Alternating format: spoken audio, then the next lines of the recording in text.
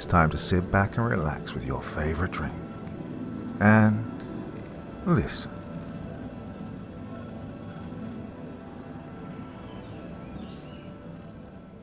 Part 1. The Case of Sandra LaRoche. If one were to travel down the Caribbean coast of Panama, down to the farthest regions of the Isthmus, near to the border with Colombia, they'll find themselves in a region of singular and majestic isolation. So far from the glitz and grime of the cosmopolitan world, it's entirely possible to forget what decade, even what century one lives in. So ageless it seems, with so few, if any, monuments to mankind's progress infiltrating it. Since time immemorial, the cool, clear waters of the Caribbean have gently lapped the pale sands of its many beaches, calm shores that stretch for miles in both directions, but are narrow in course, with only a short stretch of space between the edge of the water to the brilliant green wall of foliage a short ways inland, marking the stark transition from calm and flat ocean to dense and wild jungle. Standing at the edge of the water and looking in through the stand of looming palm trees that form the boundary, the chorus of jungle wildlife can be faintly heard, even over the steady gurgling of ocean waves, giving off an astounding and even somewhat ominous impression. The palms in particular reinforce this powerful and forbidding impression with the way they stand tall and even at the perimeter of the forest, almost like posts of a great fence or the ramparts of a castle that has simply sprouted from the jungle itself, only occasionally punctuated along its length by the various murky streams that work their way out of the foliage. But even in such a remote and seemingly isolated region such as this, pockets of human civilization persist in small and easily hidden villages, often situated in small clearings in the jungle, hidden from the beach, or tucked cozily in the curve of short peninsulas that form small harbors. Here, in the Gunayala province of Panama, dwell the descendants of the Guna people, a native culture that has lived upon these verdant shores for centuries, and whose modern relatives pursue their lives in a quite similar fashion. In these small fishing villages, the residents still largely subsist on the bounty of the ocean, supplemented by small agricultural plots and earning an extra living on their handicrafts and entertaining the occasional tourist who stumbles upon their rustic corner of the world. By sweat and toil, they've hammered out an existence that, though far from glamorous, is simple and independent and largely provided by the land itself. With few exceptions, their self-reliant way of life has always sustained their basic needs, in spite of occasional misfortunes and the vagaries of nature, be they hurricanes, crop failures, disease, poor fishing, and the general encroachment of an uncooperative and often hostile world. However painful such misfortunes may be for them to bear, the people still persist undeterred, firmly believing that, with enough hard work, the land shall always provide. Yet, as far as these people are from urban civilization, they are hardly the ignorant, provincial peasants that one might assume them to be. They are well aware of the conveniences and comforts of a more urban and upscale way of life, and how their own hand-to-mouth existence must seem paltry by comparison. Indeed, many villagers, especially the young, have opted to try their luck among the more cosmopolitan fellows, leaving their homes behind with sincere well wishes from the families who intend to stay. Many residents maintain close family connections with relatives living in the city, connections that have acted as a conduit for modernity to work its way into the more remote communities. But however distant from civilization they may be, elements of modernity have steadily infiltrated their way of life over the course of many generations, and even some quite obscure and random trinkets of cosmopolitan life can be found in their midst. One man wears an athletic tank top with an Adidas label prominently displayed. One child wears a faded red San Francisco Giants baseball cap.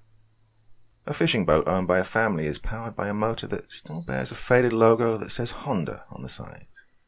Houses of wood, plaster, cinder blocks and corrugated sheet metal are erected alongside straw huts that seem to be from another century. The twin villages of Bahia de Paz and Playa Sola are no different in this regard, having selectively allowed elements of modern living in unique ways.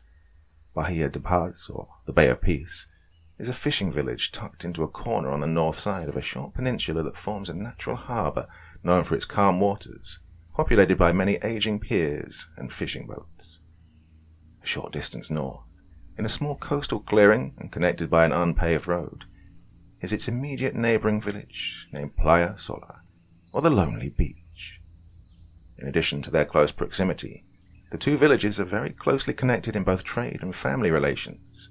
In fact, the leaders of the two communities, who traditionally refer to themselves as the cacique in the indigenous fashion, are actually cousins whose families have resided there for decades. In reflection of these close ties, both Bahia de Paz and Playa Sola are collectively referred to by the locals as Las Aldeas Hermanas, or the sister villages.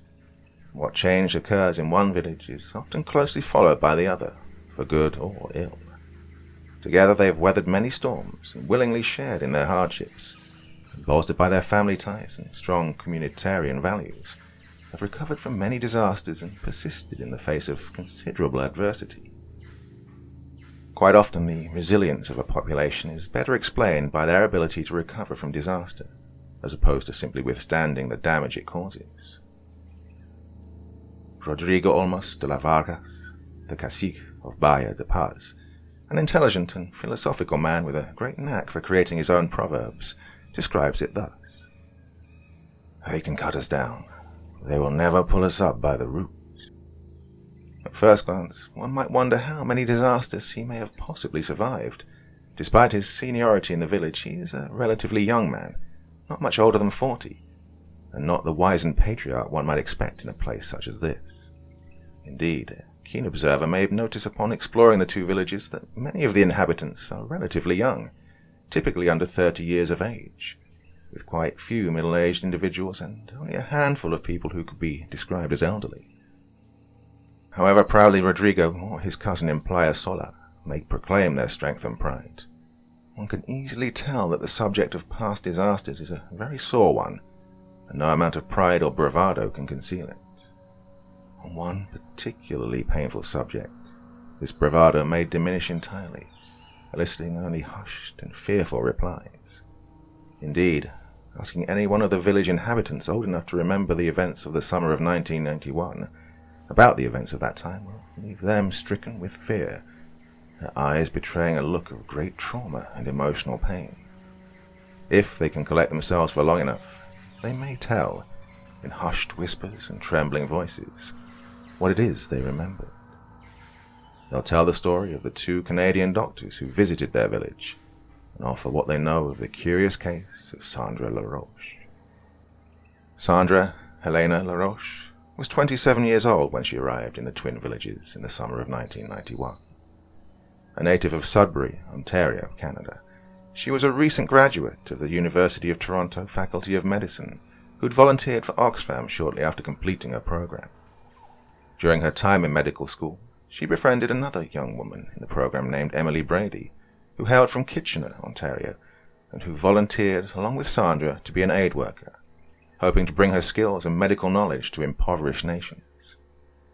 Both were general practitioners whose goals included offering inoculations, instructing in hygienic practices, and rendering general medical services in underdeveloped regions with limited access to health services. With Oxfam, they chose to be assigned to a location in Panama, which was only recently reopened to foreign aid workers, who before were not considered welcome by the military junta of Manuel Noriega.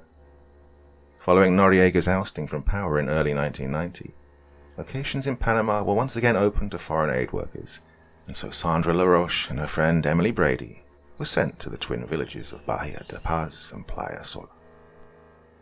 They flew into Panama City on the 29th of May, 1991, and a few days later arrived in Bahia de Paz, where they were welcomed by the town cacique, but were greeted with some coldness and skepticism by the villagers. Such treatment of outsiders was not necessarily unusual for the people of the villages, who were generally suspicious of new faces and tended to keep to themselves whenever the two women were around. Though this attitude would eventually soften, it was a very slow process that was never quite completed. Increasing numbers of people began to appreciate the services the doctors had to offer, but earning the trust of the older residents of the village proved to be far more difficult. Despite having two knowledgeable and well-equipped physicians at their disposal, many villagers still made an effort to avoid visiting them, sticking with folk remedies and even ignoring medical conditions for as long as possible to avoid soliciting medical services. The inoculation program, intended to vaccinate children and young people for measles and whooping cough, was greatly delayed as many families resisted allowing their children to receive the inoculations. In one case, an elderly man died from serious complications from an abdominal hernia, which he refused to see the doctors about. Even though Dr. LaRoche and Dr. Brady could not have performed the life-saving operation, they could easily have referred him to a hospital in Panama City. But the man instead withheld it until he eventually died. Few of the villagers could really name any reason for their suspicion of the two doctors, even though they outwardly had no real reason to fear them. Some would say that it was the elder residents of the villages who warned off the others, distrusting the unfamiliar modern medicine brought by LaRoche and Brady. Such suspicions grew when rumors circulated that the two doctors were actually agents of the American government who were conducting human experiments. Though such rumors were entirely unfounded, they nonetheless confounded efforts for delivering medical services to those in need. Others would claim that they simply saw no need for modern medicine, being content with their folk remedies or generally discounting the practical need for advanced medicine when they'd subsisted quite well on their own. At face value, it would seem easy to dismiss their suspicions as the product of provincial ignorance and write off the villagers as superstitious and irrational, content with their backwards ways and resistant to change. But when prodded further, the people of the twin villages will, in a secret and conspiratorial manner, voice another fear that simply overpowers all reason. They may attempt to mention it in passing, with a thinly veiled attempt at disinterest or dismissal, but one cannot ignore that distinct look in their eyes when they say, Basilisco. Now, Basilisco translates to basilisk in English, a creature of ancient legend with similar origins to tales of dragons and other mystical animals. It is said to be a snake with the head of a rooster, though historical tales tend to differ widely on the exact description. One trait commonly ascribed in all tales is that it is claimed that a basilisk is so incredibly venomous that it leaves a trailing cloud of poison in its wake, and its venom is so powerful, staring it in the eyes will kill a man on the spot. Such is how historical legends describe it, though obviously it's only a mythical creature, but it begs the question, what could they be describing using a reference to a somewhat obscure mythical creature? What exists in nature that would resemble such an unusual descriptive comparison? However much the villagers were willing to disclose before, they'll have nothing to say about what they mean by the term Basilisco. Whatever they mean when they say it, it's clear that they firmly believe in the threat that it possesses. And they fear it enough that they were willing to turn away potentially life-saving medical care rather than take their chances with it. What is known is that the legend of this Basilisco is inextricably tied to the events of 1991 and the case of what became of Sandra LaRoche. For many years afterward, the precise circumstances of what transpired were largely unknown. The entire event was largely clouded by obscurity due to its unclear circumstances and mostly indeterminate consequences. Reports exist of an unspecified ecological event that occurred in the region at this time, coinciding with the point where any official documentation on the event ends and where the story of the villagers begins. In May of 1991, Sandra LaRoche and Emily Brady, two Canadian doctors on an aid mission, applied for and were granted visas to enter the country, which they did on the 29th of May. On September 8th, Emily Brady would make a sudden and unannounced return to Canada alone, without her friend and partner Sandra LaRoche, under circumstances she was most unwilling to explain. She would resign her position with Oxfam within the week, eventually fading into general obscurity. When Sandra was officially classified as a missing person, Canadian authorities initiated their own investigation, with Emily Brady being labelled as a person of interest, and was thought to have the best overall idea of what became of her former partner. Presumably, the authorities interviewed Brady, though to no apparent effect, as little would be uncovered over the years following Sandra's disappearance. With no actionable information gathered from Emily Brady, the case effectively went cold, and to this day, Sandra Helena LaRoche is still classified as a missing person and presumed dead. The case of LaRoche attracted moderate media attention at the time, but public attention quickly faded as the investigation stalled and no substantive leads would be uncovered. It ultimately faded into the realm of urban legend, becoming yet another unsolved mystery surrounding the extensive speculation, though every new theory only seemed to add more questions. Popular suspicion largely focuses on Emily Brady and the circumstances of her abrupt departure from Panama without her friend and partner, suspicion seemingly justified by her attempts to avoid official attention upon her return to Canada. Accusations of various kinds of foul play on her part would follow Brady throughout much of her life, compelling her to take various measures to avoid public scrutiny and persistent harassment. In the 28 years since the event, she has settled in various places in her native Canada, and with public attention fading, she might finally be able to find a peaceful obscurity in which to live out her life. In spite of her nearly 3 decades of self-imposed silence, Brady does indeed know the truth of what happened during her time in Panama, a truth that defies virtually every theory previously put forth by amateur investigators the world over. Her account of the events, however unbelievable they may seem, are corroborated by the accounts offered by the villagers of Playa de Paz and Playa Sola. With so many individual accounts concurring in so many specific ways, one can only conclude that it was indeed the truth of the matter, however much we may desire that such hideous things did not happen in this world. It would seem that, with this testimony, the case of LaRoche has been solved, though like every explanation before it, it only raises a series of even more disturbing questions. One might even ask what good could possibly come of knowing these terrible things at all. Do we truly believe that asking the right questions will bring us closer to the truth? Those who serve the truth do so for its own sake. They do so even knowing that they will not like the answers they'll find. They do so even if it means not knowing the truth of Sandra LaRoche, but knowing the truth of Basilisco.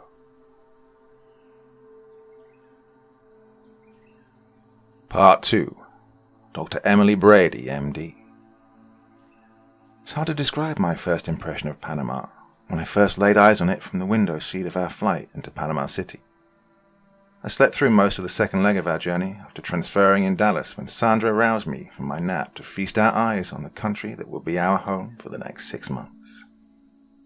Looking out of the window, I could see what at first looked like any other stretch of land, but as I squinted I could see a vast inland lake connected to the ocean by a narrow channel that looked too perfect to be a natural river. It was then that I realized that I was seeing the Panama Canal, one of the 7 wonders of the modern world, and if I looked hard enough I could see all the way to the Pacific side of the country. Between the sprawling jungle, the ocean and the clear sky, the whole country seemed to shine with such rich blues and greens that I'd never seen before or since. As you get lower during the approach into Panama City, you can see whole convoys of ships crossing Gatun Lake, giant freighters that seem minuscule compared to the lake itself. Landing in Panama City, we feasted our eyes on the impressive skyline that rivaled anything we'd seen before back in Canada or the States. Actually getting off the plane, out of the airport and standing on the streets of Panama City itself was a rather different experience. I suppose Sandra and I had expected something akin to a lush, relaxed, tropical paradise, much like what we'd seen in brochures and from the airplane. But, well, as it turns out, the hustle and bustle of the big city is more or less the same wherever you go. Granted, Panama City did have a distinctly more relaxed vibe than most others I've seen, but the fleet of angry cabbies all jockeying for fares right outside the airport entrance instantly reminded me of downtown Toronto, a place I'd been hoping to get a break from. Thankfully, the further out we got, the more relaxed it became.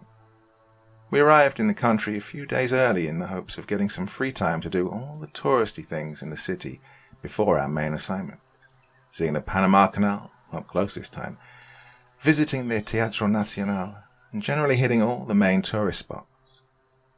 Those were some of the best days of my life, days full of promise, when we still thought we could only come out of this as strong and more complete people. Well, my enthusiasm dropped off a fair bit when the holiday phase of our trip came to an end and we were due to ship off to the remote fishing village we'd been assigned to help. It's not that I was unwilling to help. No, I was excited to meet new people, experience another side of life and do some real good for humanity, especially since Panama had only recently become welcome to foreign aid workers. But at heart, I was still just the same suburban Canadian girl used to the plethora of modern conveniences that I'd grown up with, and I was still not quite sure how well I could do without them. Sandra, on the other hand, was one of those people who can seemingly adapt to anything and get comfortable anywhere, something I'd always envied about her, especially at times when I was petrified of the idea of having to take a crap anywhere but a flush toilet. But of course, I didn't plan to give up over something like that. With somebody like Sandra, I felt like even a comparative ninny like me could take on the world with better than even chances of succeeding. And in a way, I suppose I did. Things got uncomfortable for me as we set out for the village we were assigned to help. It started with a rather long, bumpy and crowded bus ride from the city to the Caribbean coast, where we'd then take a boat down the coast to the villages. I have to say that the transition from the city to the actual Panamanian countryside was a quite jarring experience. It's almost like we'd entered an entirely different country, one so far removed from the cosmopolitan delights of the city, I could practically feel my heart dropping and resting on my stomach. Sandra, of course, was unfazed. The boat ride, which lasted for nearly an entire day, wasn't much more comfortable. Well, at first I was glad to be away from the crowded interior of the bus, until the combination of diesel fumes, sea air, and ocean waves aboard the boat began to make me sick, which continued until the trip ended. And there we were at last, the villages of Bahia de Paz and Playa Sola, which we'd call home for the next several months. The coast in this section of the country was spectacular, just about the spitting image of what I'd originally expected to see here, except that instead of a pleasant seaside bungalow, there was a sleepy fishing village populated by an assortment of shacks. I was pleasantly surprised that these shacks and houses were more modern-looking than the miserable Mad Max-style hovels that I'd expected, but still, it was something of a come-down for me. We were greeted as soon as we stepped onto the dock by the leader of the village, his wife and his 4 children. The village leader, a man named Florencio, seemed genuinely excited to meet us, though his family, while reasonably friendly, was somewhat more subdued. If his family was rather subdued, then the rest of the villagers were, to all appearances, quite wary of us. As we followed Florencio up the hill to his house, we could see that many villagers had turned out to observe us as surreptitiously as they could. Some continued about their business, while others watched from afar, but noticeably refrained from engaging with us. I'd make eye contact with an old woman or a child watching us and offer a smile or a friendly wave, but the locals never reciprocated and would only continue staring at us with curiosity or even suspicion. Obviously, this wasn't the sort of reception I was expecting after hearing stories from other aid workers of being treated almost like royalty by the people they were helping, and this rather cold welcome diminished my spirits even further. That night we had dinner at Florencio's home with his family, as well as his cousin and great-uncle, who's the leader of the neighboring village, Playa Sola. His cousin, Dario, like Florencio, was quite enthused by our presence, but his great-uncle, Sebastiano, was about as cold and skeptical as all the others in the village had been. Their wives had prepared a tremendous meal of several courses that took up most of the evening, and all the while Florencio and Dario bombarded us with questions about life in America, which prompted us to explain that we were actually Canadian. Florencio and Dario both spoke pretty good English, well, better than my Spanish at least, and Sandra, who actually spoke quite good Spanish, managed to exchange some words with Sebastiano, who spoke no English at all.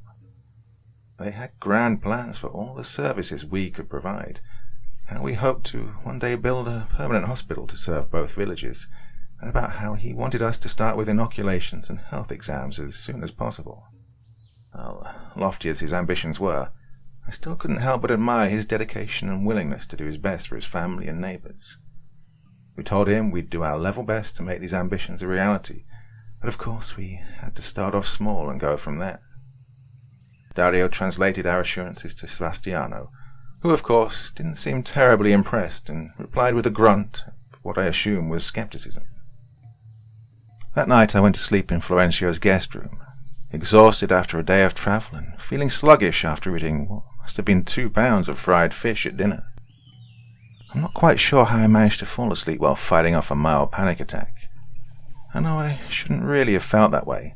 Florencio had been so kind and gracious, opening his home to us and trusting our good intentions. But even so, I still felt like I was outside my comfort zone, living in a poor and undeveloped village in a foreign land so far away from home, especially when I felt I wasn't particularly welcome among all the other villagers. In the village. My only comfort was knowing that I had a strong person like Sandra at my side to help me through this transition. The next morning I was glad to see Sandra was still in good spirits, and her steady confidence helped bring me at ease. That day was spent with Florencio and Dario giving us a guided tour of the 2 villages, an event that managed to bring out a few more people than when we'd first arrived. As before, they kept their distance, with some even bringing out their children to see the visitors who the village leaders had claimed were there to help them. I took that as a somewhat good omen that perhaps the villagers would eventually open up to it. Bahia de Paz was a pretty typical fishing village where most of the local goings-on occurred around the docks and what passed for a waterfront in a place like this. Like all the rest, the fishermen spared only a few curious glances at us as they went about their labours.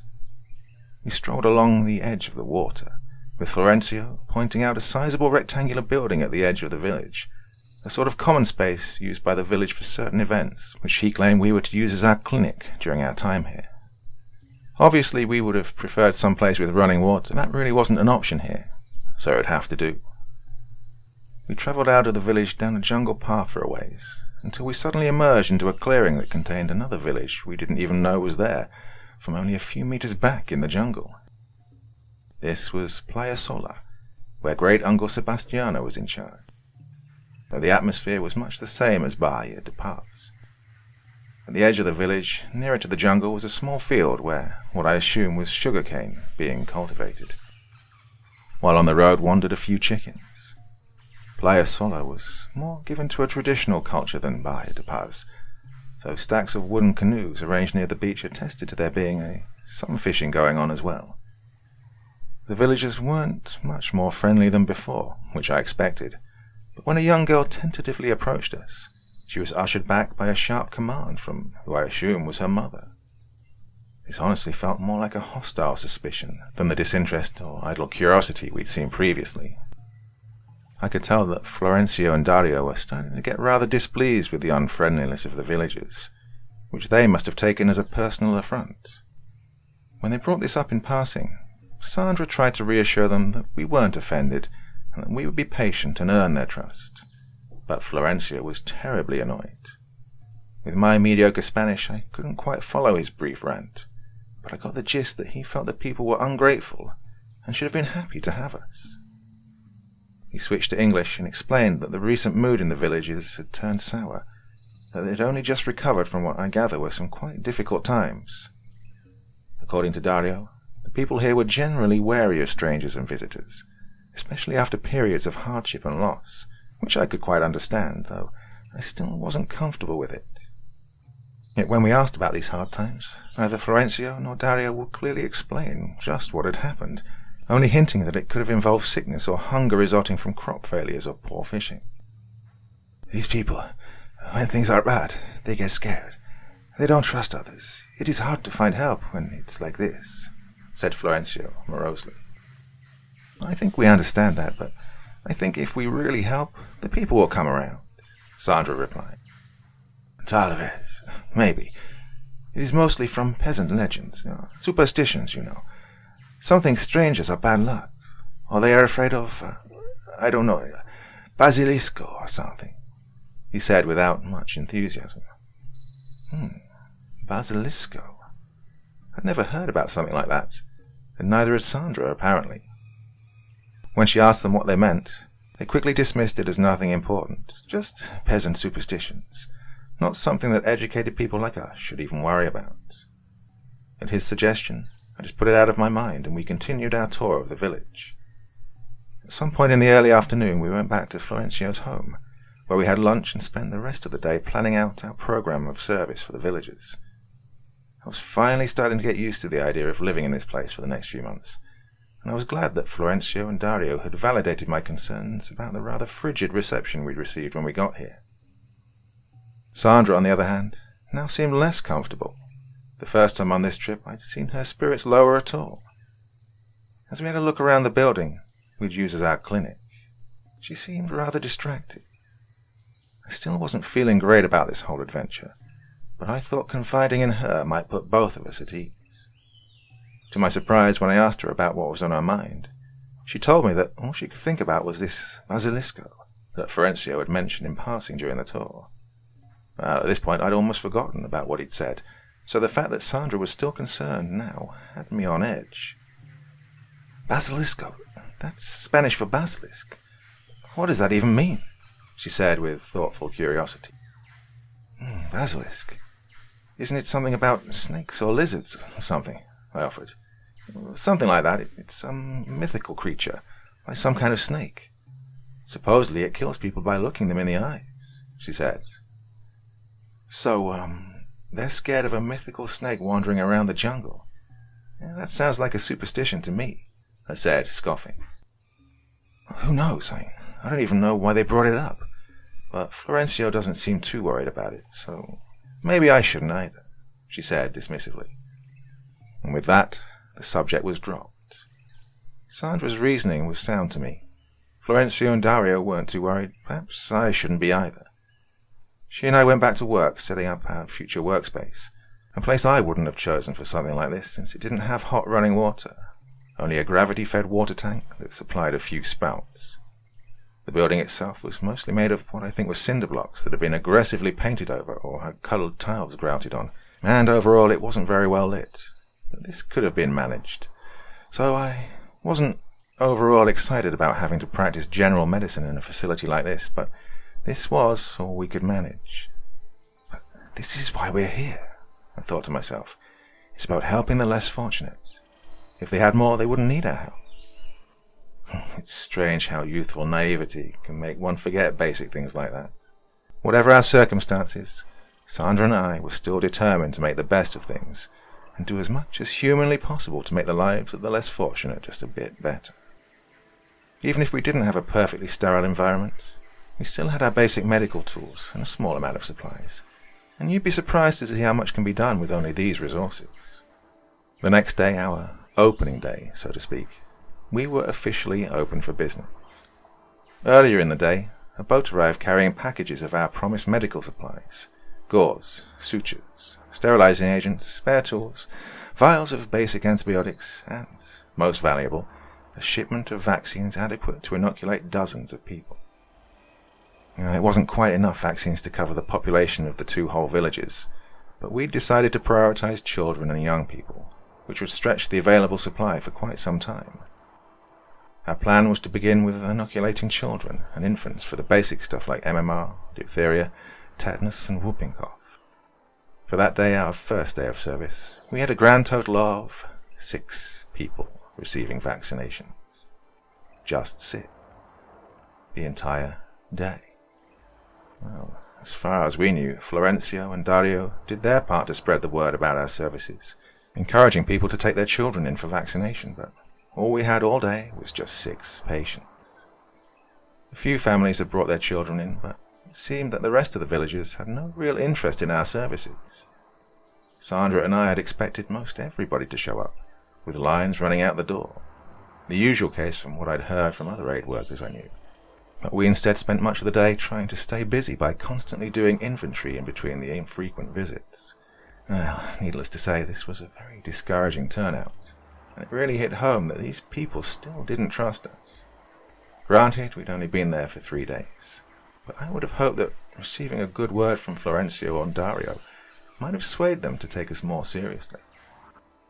Florencio and his teenage son Rodrigo came in at about 4 o'clock to see how we were doing, and he was almost livid to hear that so few people had showed up. We tried to tell him that we didn't take it too personally, that we'd be patient and wait for them to come around, but he was still greatly displeased by what he considered to be an utter lack of respect for not only us, but for him as well. Within minutes, he brought in his 2 younger children, along with Dario's young daughter and infant son, to receive their vaccines. I was glad to see that he at least was taking this seriously. He and Dario were just about the only advocates we had in the villages. He promised that both men would go out again to do some further prodding, hoping that we would get a better turnout the next day. Well, the next day came, and it proved to be little improvement over the first. They'd managed to persuade a few more families to come in to receive vaccines. Unfortunately, these recipients were in the exact age range we wanted to inoculate, infants and toddlers. Overall, those 2 days were quite a disappointment for both of us. Sandra was something of an optimist, a cautious optimist, but still an optimist, and seemed confident that things would improve, pointing out that we shouldn't judge our results after only 2 days, that every person we helped was a step forward, that we still had the firm support of Florencio and Dario, and for all we knew, it was only a matter of time before we had patients flocking to us. Well, that was a pretty good consolation for me, but the thought that nobody would trust us still stuck in my head no matter how much I tried to be positive. Over the next several weeks, Sandra and I settled into a decent routine, taking patients at our clinic from 9 o'clock in the morning to 7 o'clock at night, and taking the occasional call during the night too.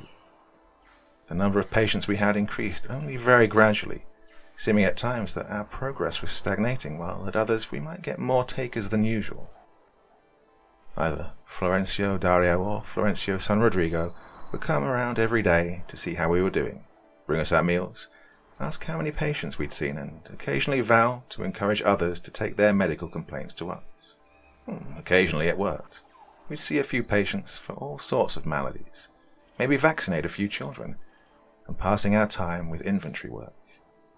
At least we didn't run short of basic supplies, since we always had time to request more shipments. We treated a lot of injured fishermen, one man who sliced his hand open with a fishing hook, another getting a nasty chemical burn after spilling gasoline on his hands working on a motor, those sorts of things. Eventually we got a few elderly patients, which Sandra took as a good sign, seeing as the old folks in town were the most suspicious and obstinate. Every night we went back to Florencio's home, have dinner, spend a relatively relaxing evening, and wake up to do it all over again the next day. Well, as discouraging as those early days were, I like to think that they did make me grow as a person. Within a week or so of living there, I'd managed to get over most of my first world hang-ups and adapt to this new lifestyle. I got used to the idea of mostly living on seafood. I could stomach the water, and I quickly found out that taking a crap in a ramshackle outhouse isn't quite as terrifying as I thought. On slower days, when we found ourselves largely unoccupied, we could steal off to the beach for a swim. It turns out bathing in the ocean is a decent alternative to showering when you don't have hot running water. When the house got too stifling to sleep comfortably, I could always go out and sleep on the hammock in the patio, drifting off to the sound of gentle waves from the bay. It turns out that sometimes it's better to make the transition the hard way, because half of what makes it hard in the first place is ultimately just meaningless stuff that you quickly find out isn't worth worrying about. I think at the time I was starting to understand a bit about why people here didn't always take us seriously. After all, only a few weeks before, I was still a middle-class college girl who could barely fathom that life was possible without hot showers and toilet paper as much as modern medicine, but here I was, doing both. So you can imagine that if people who've lived this way all their lives might naturally think that doctors like us were a luxury, not a need. I started to understand why they might be content with things like midwives and home remedies and the occasional prayer.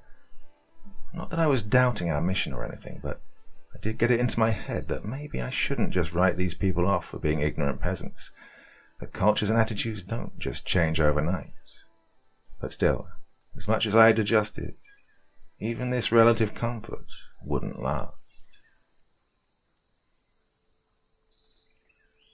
Part 2. In the middle of the night, sometime in mid-July, Sandra and I were roused from our sleep by Dario and a villager from Playa Sola. The villager, a roughly middle-aged man named Esteban, was in near hysterics trying to explain his situation while Dario struggled to keep up while translating for us. From what we understood, Esteban's elderly father Eusebio was in a grave condition, having suffered from extreme pain in his lower abdomen for nearly 2 days. Yet both Eusebio and his wife were extremely reluctant to seek our help. At Esteban and Dario's urging, we immediately grabbed our kits and followed them down to Playa Sola. When we reached his house, we were accosted by who I assume was Esteban's mother, who immediately engaged in an argument with her son and made as if to prevent us from entering and shooing us away. I'd somewhat expected this kind of reception, but when it came to a patient with a potentially life-threatening condition, I would have none of it. Sandra and I simply pushed past her into the house with Esteban, and we were immediately greeted with a strained groan from one of the back rooms. We rushed into the room to see what was happening, and from the first look, we already knew the prognosis was grim. On the bed was an elderly man with his nightshirt hiked up to show his lower abdomen, and even from a few feet away, we could tell what the trouble was. He had a sizable inguinal hernia just over his groin that had bulged nearly the size of an apple, which he clutched at while moaning weakly in what must have been considerable pain. Even worse, he was noticeably pale and practically drenched in sweat, rocking his head from side to side. Sandra set to inspecting his hernia while I took his vitals. Needless to say, his vitals were not good. He was running a very high fever with a quite rapid and weak pulse, though in his fevered delirium he did summon some strength to try and push me away while weakly muttering what I assume were prayers.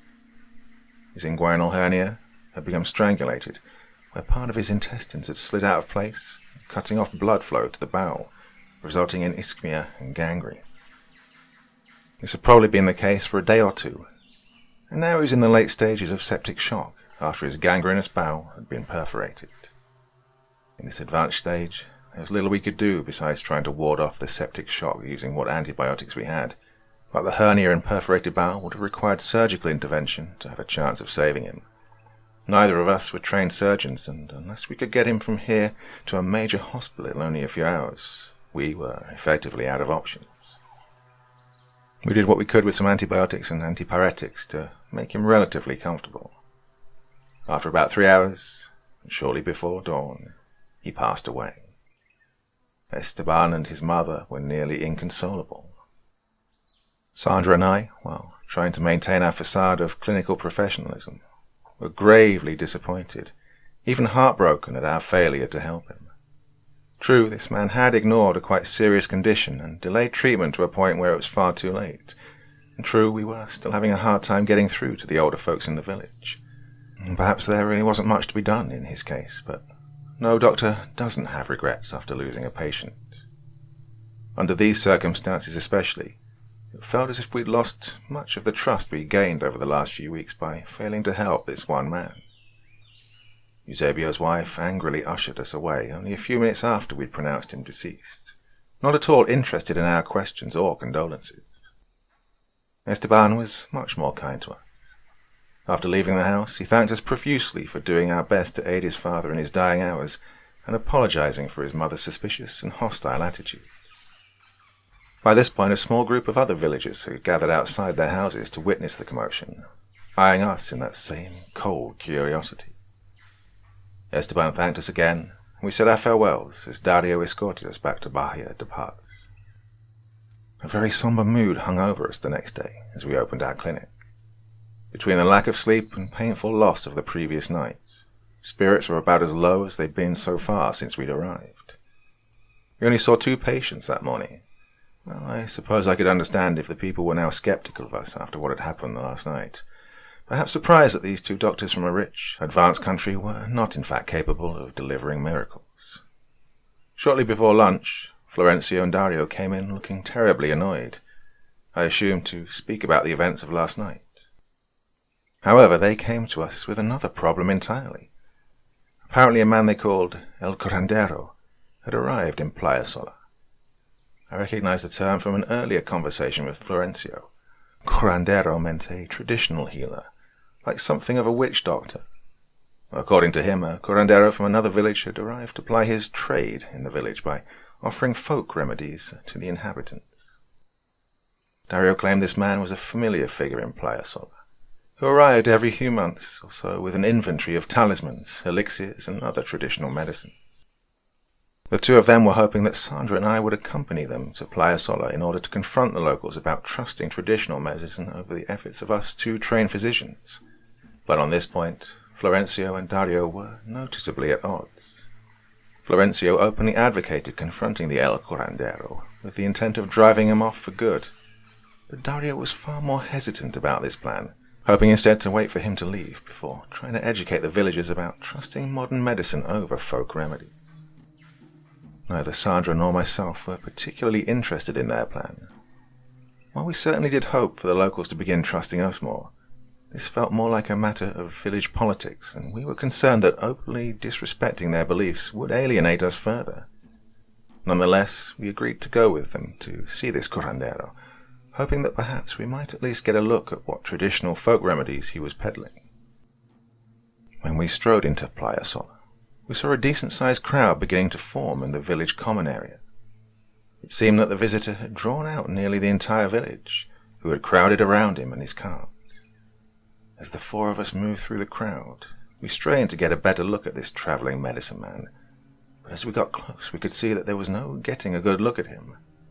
El Curandero turned out to be a moderately tall man who seemed to have covered nearly his entire body, from head to toe, showing no skin or even his face.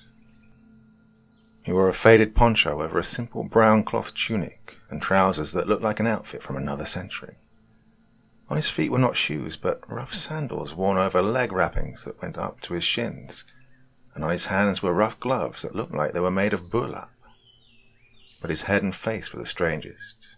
His face was not visible, obscured by even more wrappings, with only a narrow slit for his eyes, which were, likewise, covered with some kind of darkened glasses, partly wrapped under everything else. His head was covered by a drooping, wide-brimmed hat that slouched over his face and neck, making it even more difficult to make out his features. With him was a small cart covered with talismans and small tribal fetishes that have been fashioned from sticks, feathers, small stones, and even some animal bones. In the lower basket was an assortment of clay pots and vials of dark-coloured glass, along with a smaller basket of smooth stones of many colours, with strange runes scratched into them. I have to admit, it was sort of fascinating, as I've never seen something like this outside of a documentary or a museum exhibit. After gawking at his merchandise for a minute or two, I looked up to see that the curandero had fixed his gaze upon Sandra and I, boring into us with those empty but still utterly piercing eyes of his. The crowd around him had quieted considerably, shifting their eyes to the ground, not even wanting to look at us. He just steered his empty glare across our small group, not saying a word, not even appearing to breathe.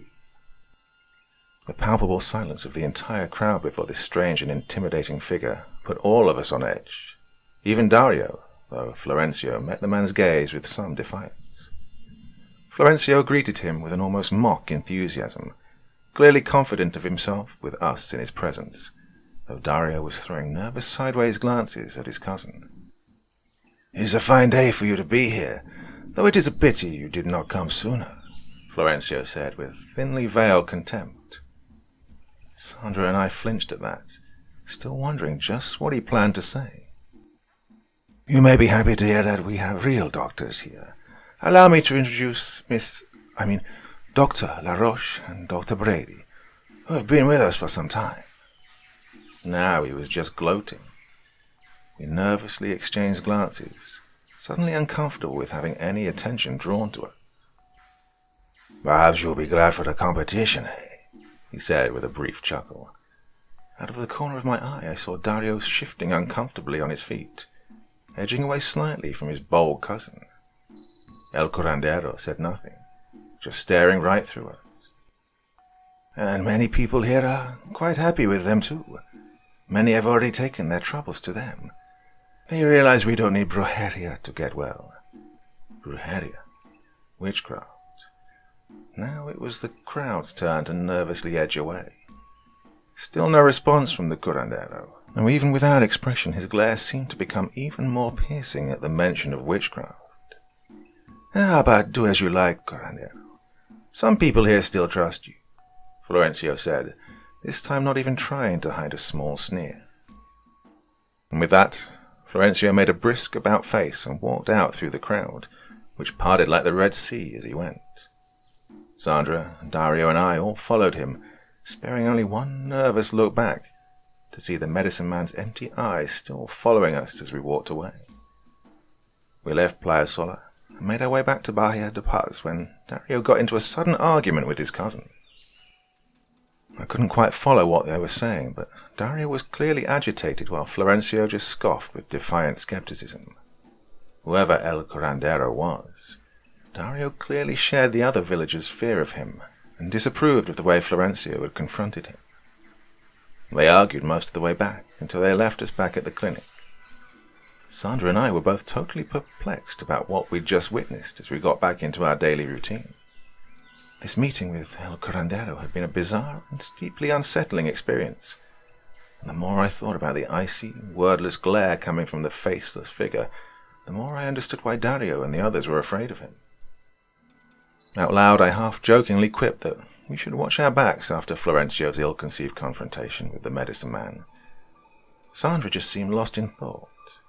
She pointed out to me that something about El Curandero didn't seem quite right. "Yeah, I noticed," I snorted sarcastically. "No, I mean, this man wasn't like any curandero I've ever heard of. They're like a shaman or medicine man or something like that, but I didn't think people were afraid of them. From what I've heard, they're usually well-liked and trusted. And usually the curandero lives with the villagers, like they're supposed to be almost equal to the village chief, but neither village has one. Instead, they have a traveling one, and these people were almost scared of him." I didn't know quite how to respond to that. All I could think was that things were just different here. That not everything would be like what it said in the books, but I knew that if Sandra was concerned about something, then I should certainly be worried. "Well, if he only comes once every few months, maybe we won't see him again," I said with a feeble attempt at reassurance. Maybe. Well, who knows? We should go back there later.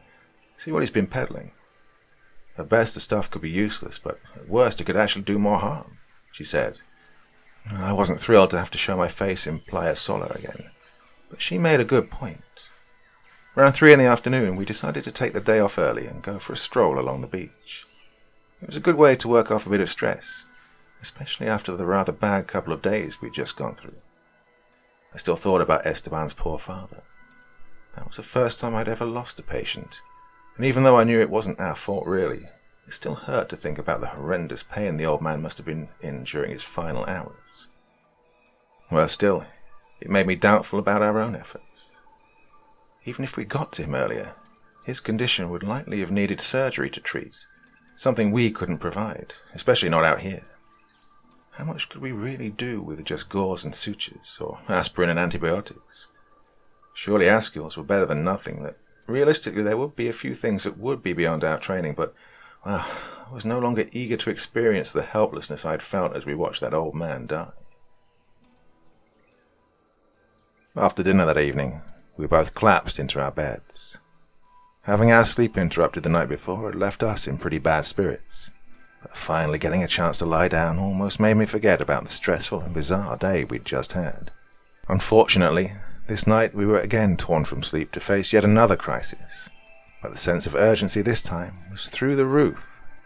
Within minutes we were out the door with our doctor's bags and following another young man from here in Bahia de Paz. My Spanish had improved a bit by this point, and I understood through his panicked exhortations that his infant son was desperately sick.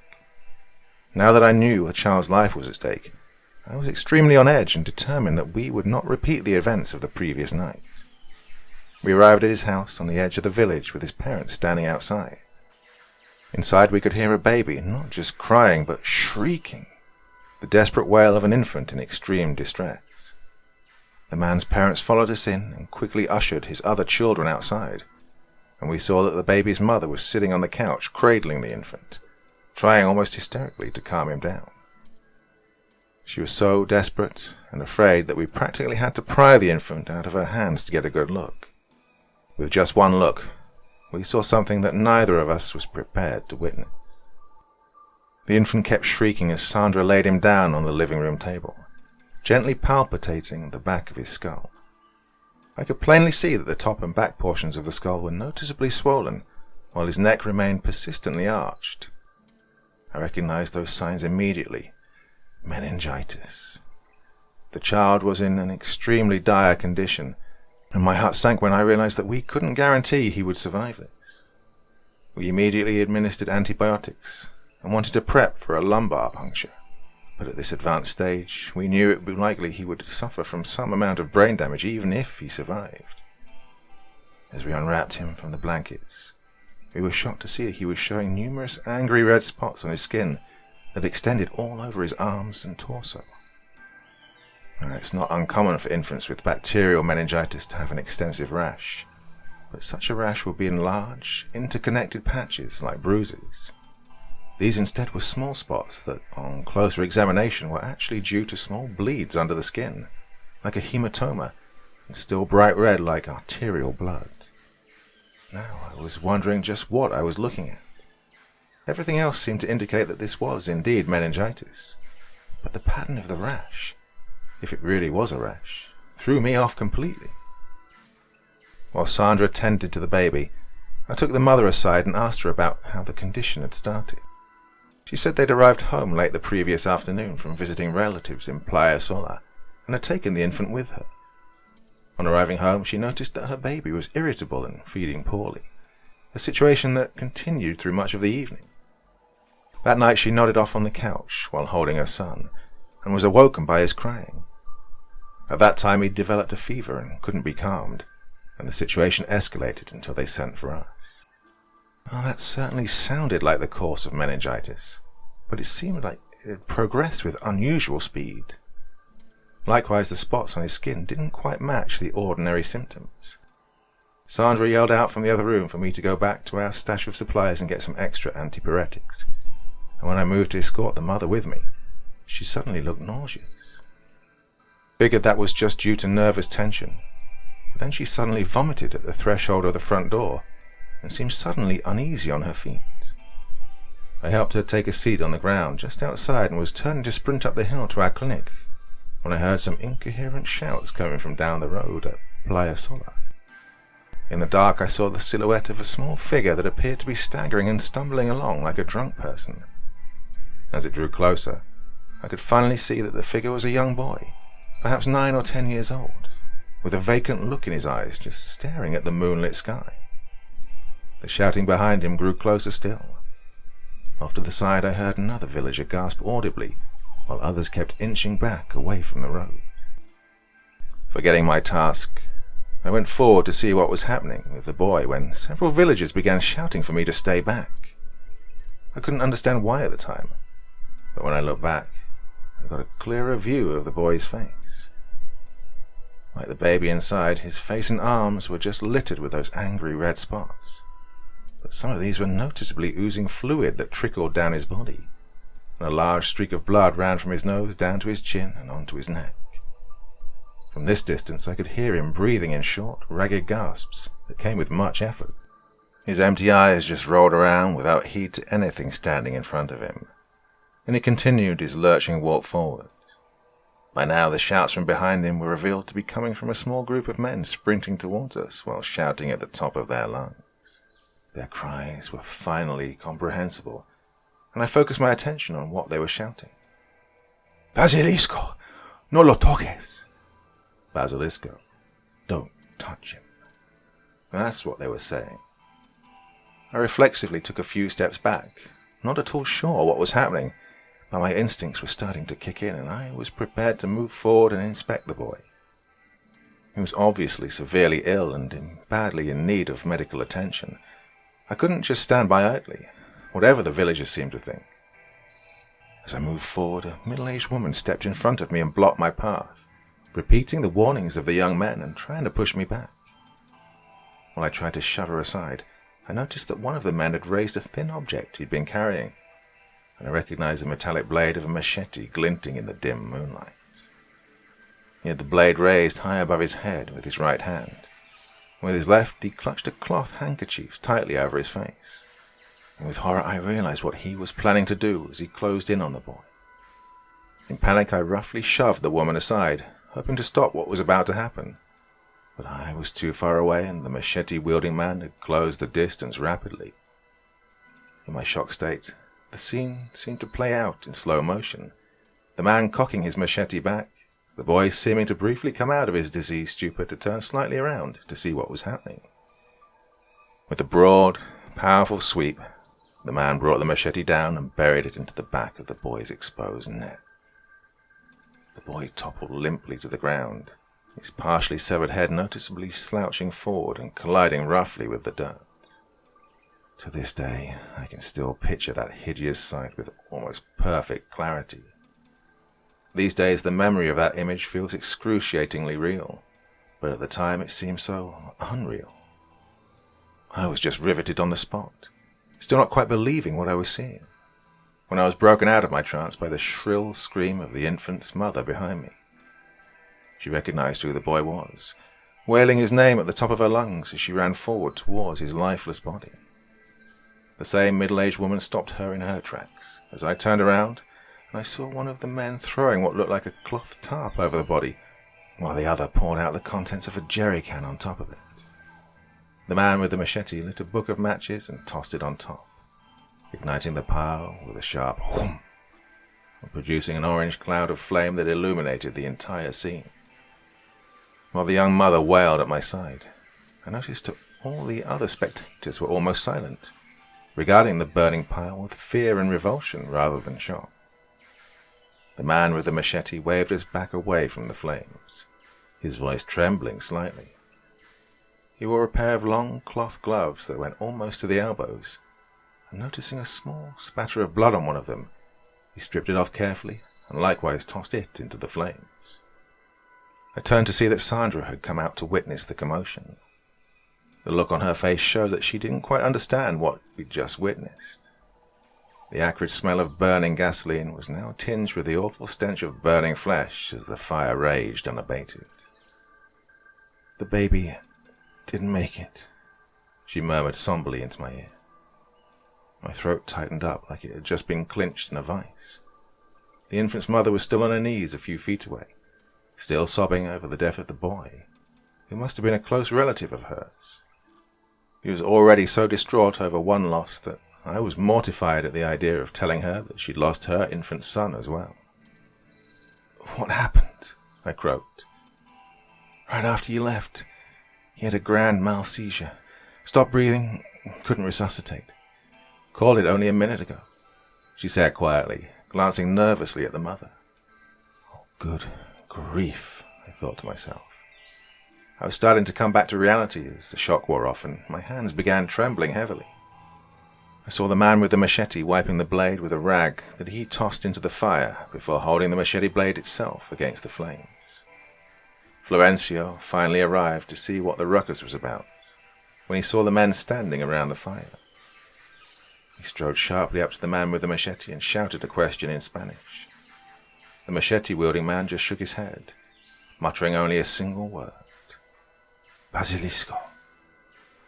That got Florencio's attention, and his expression of confused rage rapidly morphed into one of shock and anxiety. The man pointed down the road to Playa Sola without a word. Florencio shot a quick look at us and signaled for us to follow him as he began a brisk trot down the road to the other village. Sandra hesitated briefly before following suit, giving the three men a wide berth while they just silently stared at the burning corpse.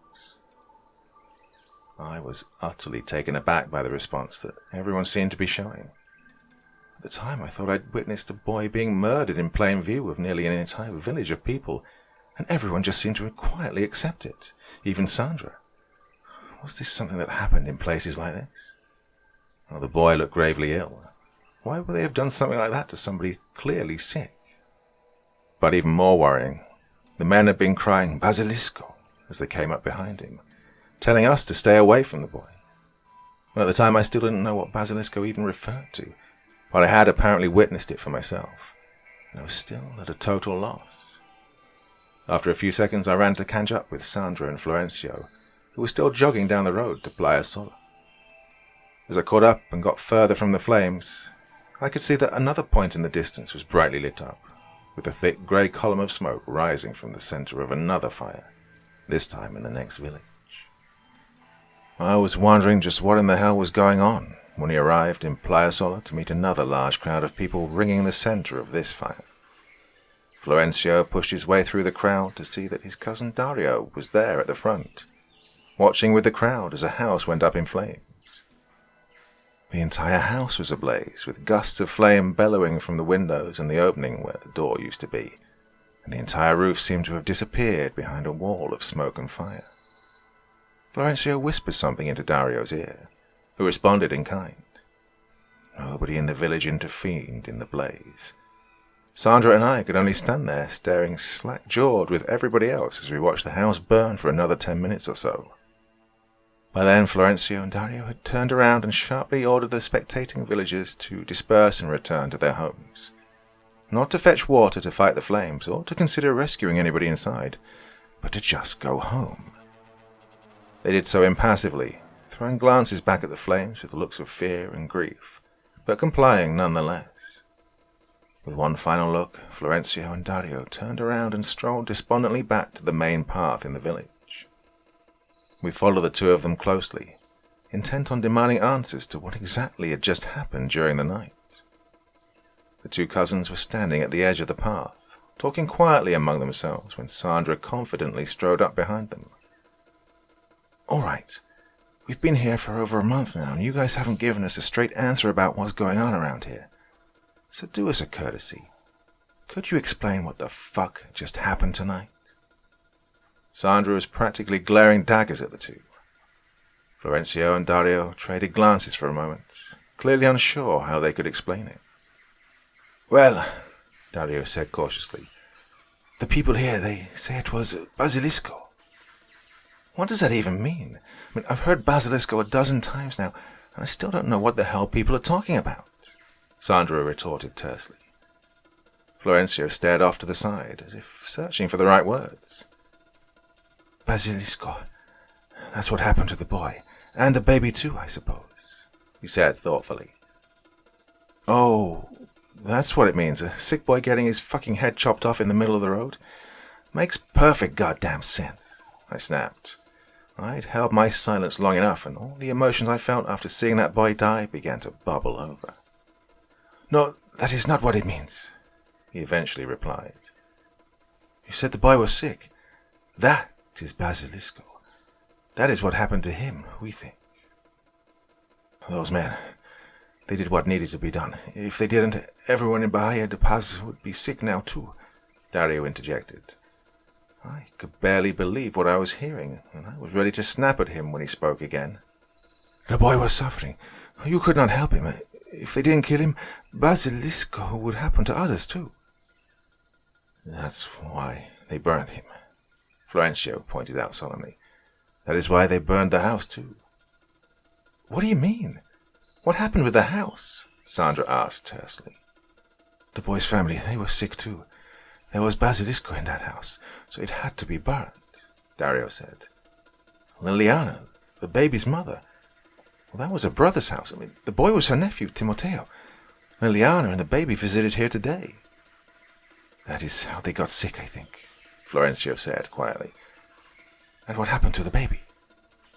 "She's gone," Sandra said. I remember the look on her face when she said it, that palpable sense of grief. "Wait, there were people in that house. You burned down that house with them still inside," I said, nearly hysterical with the thought of people being trapped in that blaze. "They were sick," Dario said firmly.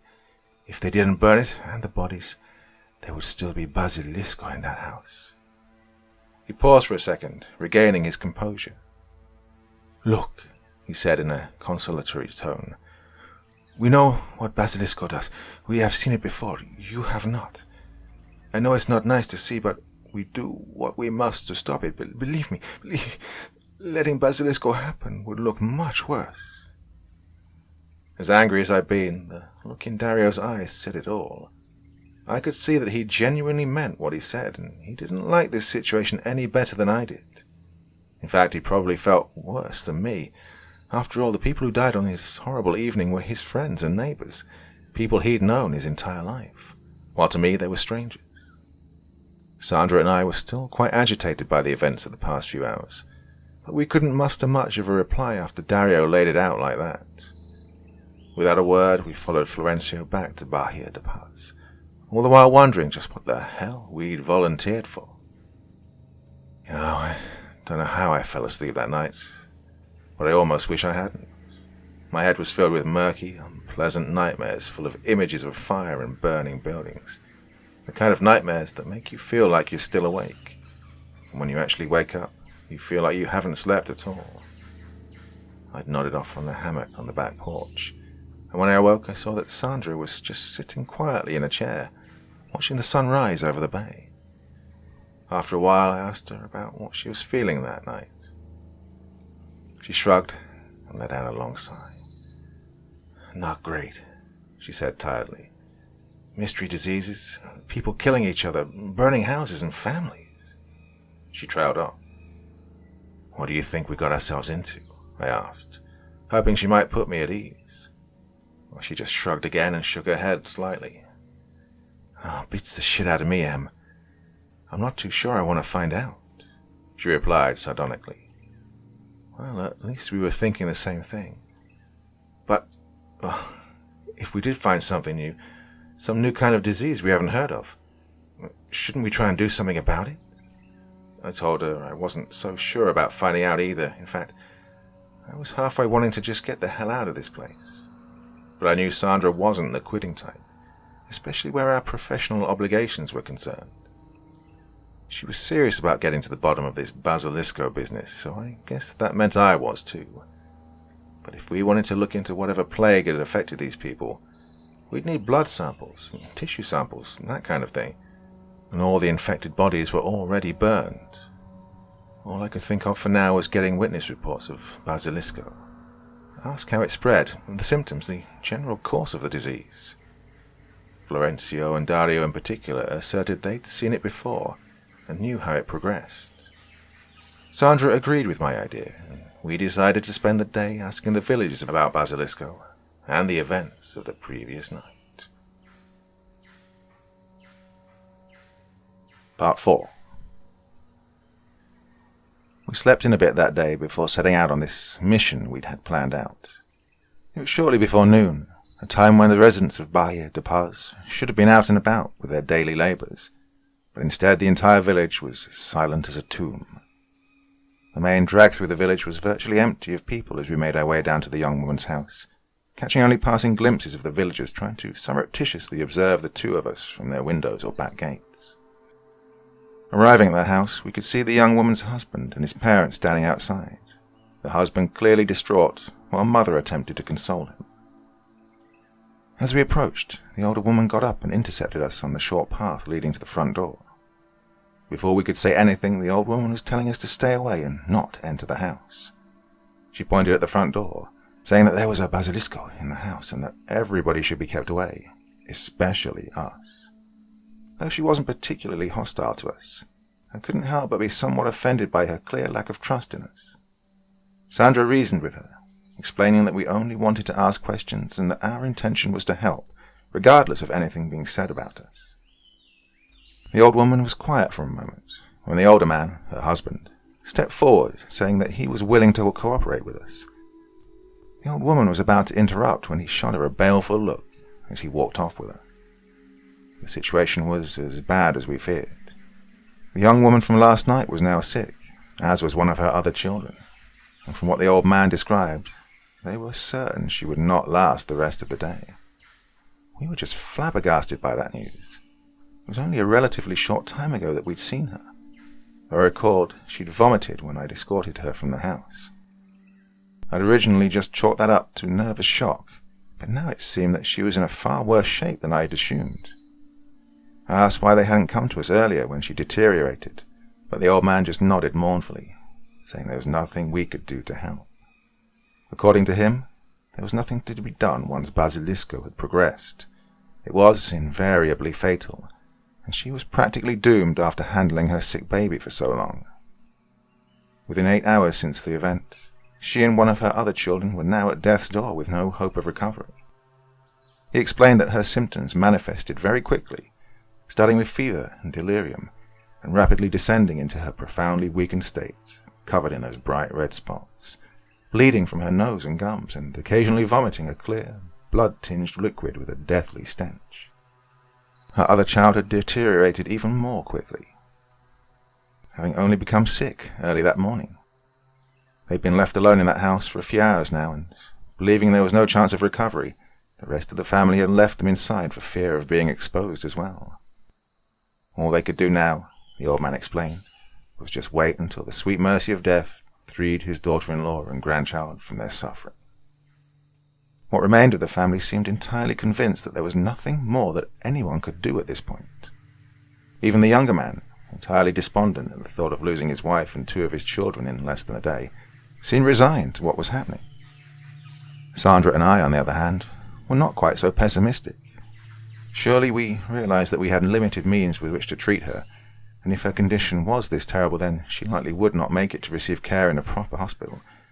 But even though doctors like us are realists, we're definitely not fatalists. Sandra pressed him a bit more, saying that even if we couldn't save her, we could still do some good by examining the woman and her child in the hopes we might find out what was happening. At this point the younger man broke out of his despair and told us we had his permission to go inside and examine his wife. His only condition was that we promised to find something, anything that might help us save anybody else affected by Basilisco. We assured him that anything we would find would be helpful, no matter how small, and with his blessing we prepared to enter the house. For my part, I wasn't so sure about doing this. I mean, here we were, thousands of miles from home, risking being infected with some unknown disease that could kill us in less than a day. All we really had for protective gear were gloves and a face mask. Better than nothing, but not quite enough for me to comfortably bet my life on. But there was nothing to be done for it. We were committed to our mission, and we considered our professional obligations to be inviolable. So with a deep breath of fresh outside air, we opened the door and crossed the threshold into the house. The whole place was utterly rank. The house had no electricity, and all the window shades had been pulled closed, leaving the place mostly in darkness. Despite the darkness, the rooms were quite warm and humid, as if there was a repulsive and sweaty miasma that pervaded the entire building. The temperature only got warmer as we made our way to the back rooms, where our patients were spending what was probably the last few hours on Earth. As we opened the door to the main bedroom, we were immediately overcome with a powerful and deathly stench, even stronger than the one that hung over the rest of the house. This room was absolutely stifling, and I could swear that I saw a cloud of vapor hanging over the bed, which contained the young woman from before. In the course of 8 hours, she'd become virtually unrecognizable to us. She looked completely drained, her skin deathly pale and hanging loosely from her arms and face, covered in those same red spots. Her face in particular was noticeably gaunt, with large rings under her eyes and the skin sagging substantially. I remember that she was a fairly petite woman, but now she looked almost emaciated, like every bit of soft tissue in her body had been drained out. Getting a closer look, I could see that her eyes were bloodshot and the inside of her nose was stained with fresh blood. She opened her mouth slightly to murmur something unintelligible, letting out a breath of especially foul air that was clearly part of the stench that covered the whole room. Sandra removed the damp blanket to take her vitals, and revealed that the woman's child was next to her in bed under the covers. The child looked much the same as the mother, but after checking her vitals, it was clear that the child was already dead. The woman's vitals were not much better. Her respiration rate was slow, with a weak and rapid pulse that was typical of a significant loss of blood pressure. I took her temperature and was startled to see that the thermometer registered a temperature of 112 degrees Fahrenheit. I thought that must have been a mistake, but after measuring again a few more times, that was an accurate reading. That was an astronomically high temperature for a fever. I could hardly believe that she was even still alive. Now, while a high fever would explain the low blood pressure, it crossed my mind that it might also be a product of severe internal bleeding brought on by extreme hypothermia. The disease was, from all the signs, burning her alive from the inside out. We took a few blood samples, some from the vein, some from the red spots on her skin, and took some skin scrapings as well. Sandra administered a mild antipyrectic to see if it managed the fever at all, and I gathered up the samples and went outside. I confirmed to his family that the situation was as bad as they feared. The old woman crossed herself silently, gently thumbing a small relic that I assumed was a rosary, but a second look showed it was a smooth, pale blue stone. It was exactly the sort of coloured stone I'd seen in El Curandero's cart just the other day when he'd visited Playa Sola. I kept that observation to myself, thinking that the old woman was wishing she'd trusted us first instead of a medicine man, but the picture of that stone remained in my mind. Sandra came out of the house, and we carefully disposed of our gloves and masks in a small fire the old man had built just outside. So, now we had samples of whatever disease had killed all those people. But I was wondering just what exactly we'd do with what we found. Perhaps we could isolate some bacteria or viral particles, and maybe if we were lucky, we could formulate something like a vaccine for it, but even if we managed that, I couldn't imagine us earning enough trust to convince the others to take it. Sandra and I discussed these ideas for a while, but we couldn't form any solid plans just yet. I spotted Dario entering the village from the path to Playa Sola, a look of consternation bordering on terror on his face. Before we could ask him anything, he loudly urged us to follow him back to Playa Sola immediately. He was quite frantic and didn't explain himself coherently, but Sandra and I had a sick feeling that we knew what it was. We entered Playa Sola to see that a large and noisy crowd was now gathering in the village square, and the second we entered the village, the entire crowd turned to regard us. The previously irate and aggressive crowd fell silent and fixed their angry and suspicious looks on the three of us. After a few tense seconds, the crowd dispersed without a word and quickly returned back to their homes, eyeing us nervously. Dario moved to stop one man close to us, who aggressively shook him off and went on his way without a look back. Sandra and I were totally confused by this situation. I asked Dario what was going on, but he responded wordlessly with a quick gesture to follow him. As we moved across the village square, I noticed a disturbing and all too familiar sight just off towards the opposite end of the village. El Curandero, the medicine man, still swathed head to toe in his curious outfit, dragging his cart behind him and giving us a short but piercing look that transfixed us even at this distance. Dario led us to a group of houses near the house that had been burned down the night before. The house was little more than a smouldering ruin, with only a small corner of the building remaining upright, with a small wisp of smoke still rising from the bed of embers where it once stood. Dario pointed to a group of 4 houses a short distance away, houses that I could see had been altered since our last visit. The doors were notably boarded up with planks, while the windows looked like they had large canvas tarps either tied or taped over the windows. Above the door frames of each house were placed strange objects that, up close, I could see were idols or totems of the same kind El Curandero had been hawking a few days before. Upon closer inspection, I could see that the totems were made from a combination of sticks and what I think were animal skins that had been tied together to form something shaped like a man, with a small string of those multicolored stones hanging from the feet of the figure. I moved to try and pull it down to get a closer look, but Dario aggressively pushed me back and told me not to touch it. This sudden outburst caught me by surprise, and I immediately backed away. Dario looked absolutely terrified and told us that we should all leave this place and not disturb any more icons we saw. Sandra and I pulled him aside to ask what these totems meant and why he was so afraid of them. He explained that earlier today the families of these houses fell sick with Basilisco, and the totems of the entrance of each house were placed there by El Curandero, who had promised that they would protect the rest of the village and keep the sickness confined to these places, at least until they could be burned. I could hardly believe what I was hearing. 4 more families had been affected. This had all happened since late last night, and now 4 more families were dead from this strange disease. Sandra and I exchanged looks that showed both of us were at a complete loss about what to do in this situation. Clearly the disease was spreading, and it was spreading fast.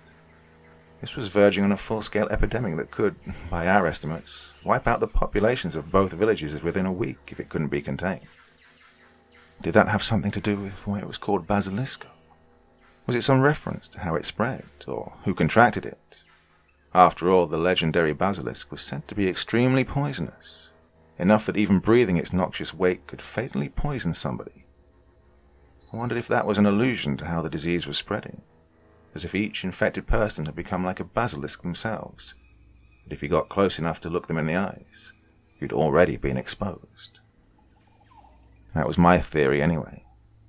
But if it was true, then Sandra and I were in serious danger staying in this place. However much we might want to get to the bottom of this, I didn't want to end up the victim of an exotic disease, especially this far from home.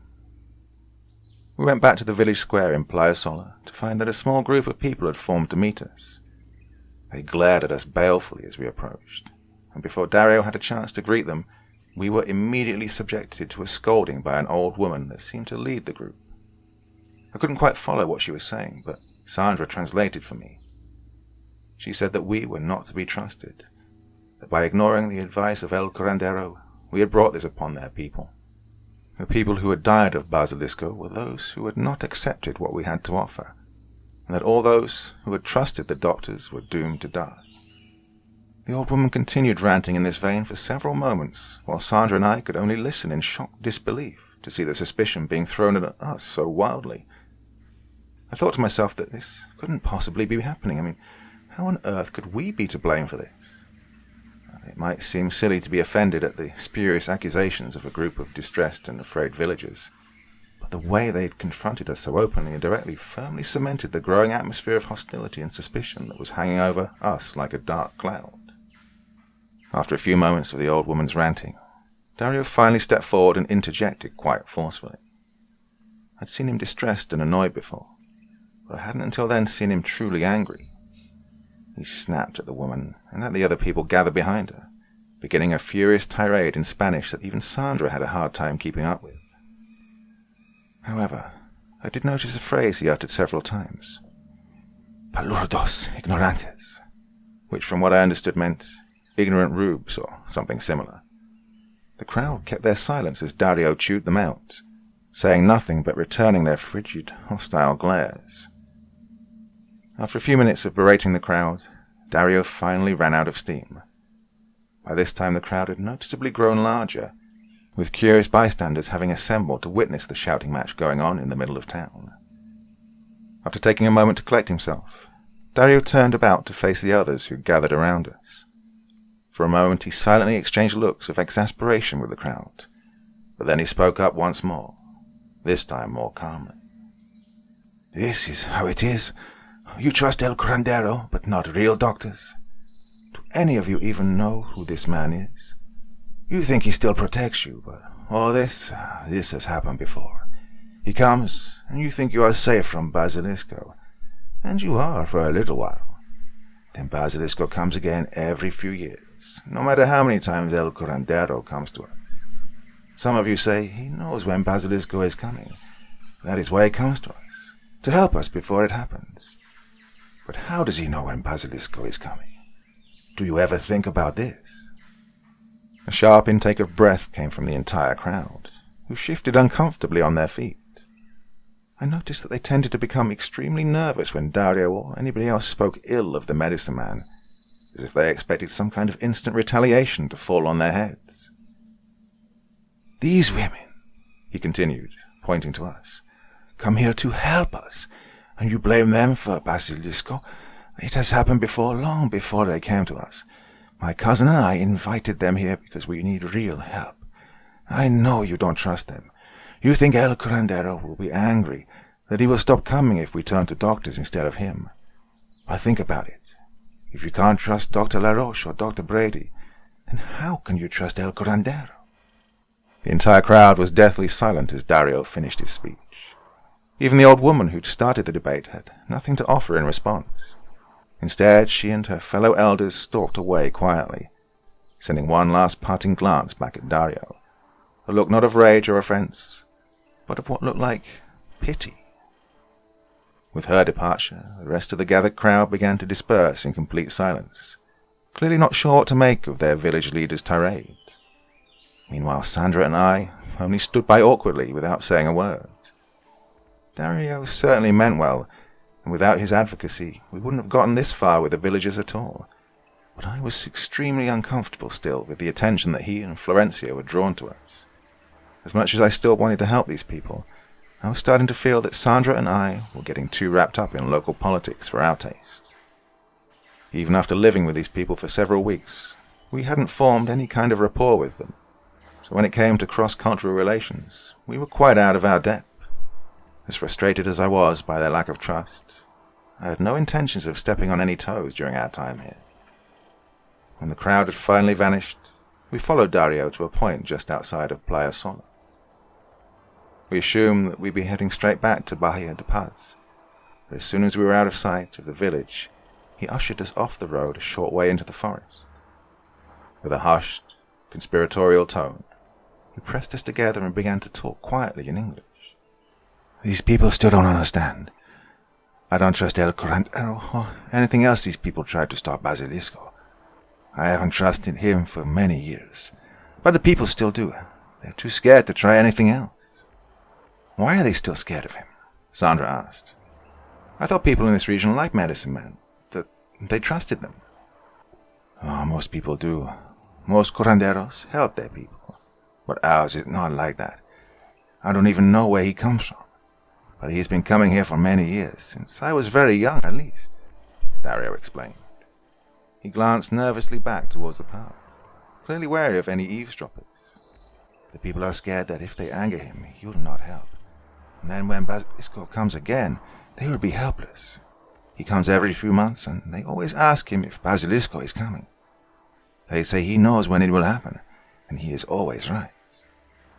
But in the village, you said it was suspicious how he always knows when it will happen, I pointed out. You think he has something to do with it at all? I don't know for sure, he said with a sigh. I don't trust him, but it's hard to accuse him. I took a big risk saying that. He crossed his arms and let out a deep sigh, and I could see how the stress was taking its toll on him. These people are angry with me. My people, I mean. They think it offends El Curandero that you are here, so they don't trust doctors who come, even if they can help. I have ideas how to convince them to think differently, but... He trailed off. Do you have an idea? Something that might work? Sandra prodded. Because I don't trust that man either. I think it's real suspicious that Basilisco came right after he visited. I definitely don't trust any of the trinkets or medicines he sells. Dario started at this suggestion, a flicker of that old fear in his eyes. I have an idea, he said very quietly, coming in even closer and bringing our heads together. I thought, when he comes, he always sells things. He puts the icons on the homes to protect from Basilisco. I was thinking, one night when everybody sleeps, we go into the village and we take the icons away. Then when they are gone, we see if Basilisco still comes. If nothing is different when they are gone, the people, well, they may see that El Curandero doesn't help. Well, at the very least, we could check out one of the icons, Sandra responded. I have a bad feeling about those. We need to examine one, see what it does. Okay, you will help then, I will do it, he said, nodding his head in agreement. Only a few moments before, he'd been aggressively exhorting us not to disturb any of the icons placed on the infected houses. But now he was planning with us to embark on a mission to take them down. His sudden change of heart perplexed me. I wondered if maybe he just didn't want me to take down the icon where everyone could see, or if he'd really changed his mind when accosted by the angry woman in the village square. Whatever it was, I wasn't sure I wanted to embark on the mission he and Sandra were planning. Really, I was leaning towards getting the hell out of this place entirely. But Sandra was determined, and I knew it was unlikely I could persuade her otherwise. And so I found myself agreeing with some hesitation to seeing this thing through. Of course, I was plainly aware of the potentially dire consequences of our little request. If we were caught, there would possibly be hell to play with the villagers. If we took down the icon successfully and Basilisco then wiped the place out, we'd find ourselves in similar trouble.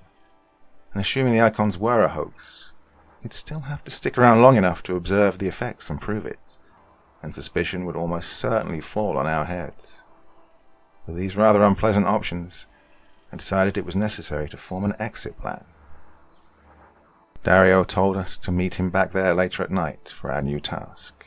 However, before then I persuaded Sandra to contact the boatman who brought us here over the radio and arrange a pickup within the next few days. As much as I disliked the idea of running out on these people, we were treading on some very dangerous ground. To my relief, Sandra felt much the same way, and she agreed that a hasty departure might be in order. We said nothing about our leaving to Dario, who followed us back to Bahia de Paz to discuss our plan with his cousin. Perhaps unsurprisingly, Florencio was strongly in favor of our plan, almost to a reckless degree. And he was hoping for a more direct confrontation with El Curandero, similar to the first one we'd witnessed, and our plan to him seemed almost small time in comparison. We insisted that everything should be done quietly so as not to alert the villagers, because we were certain they would react badly.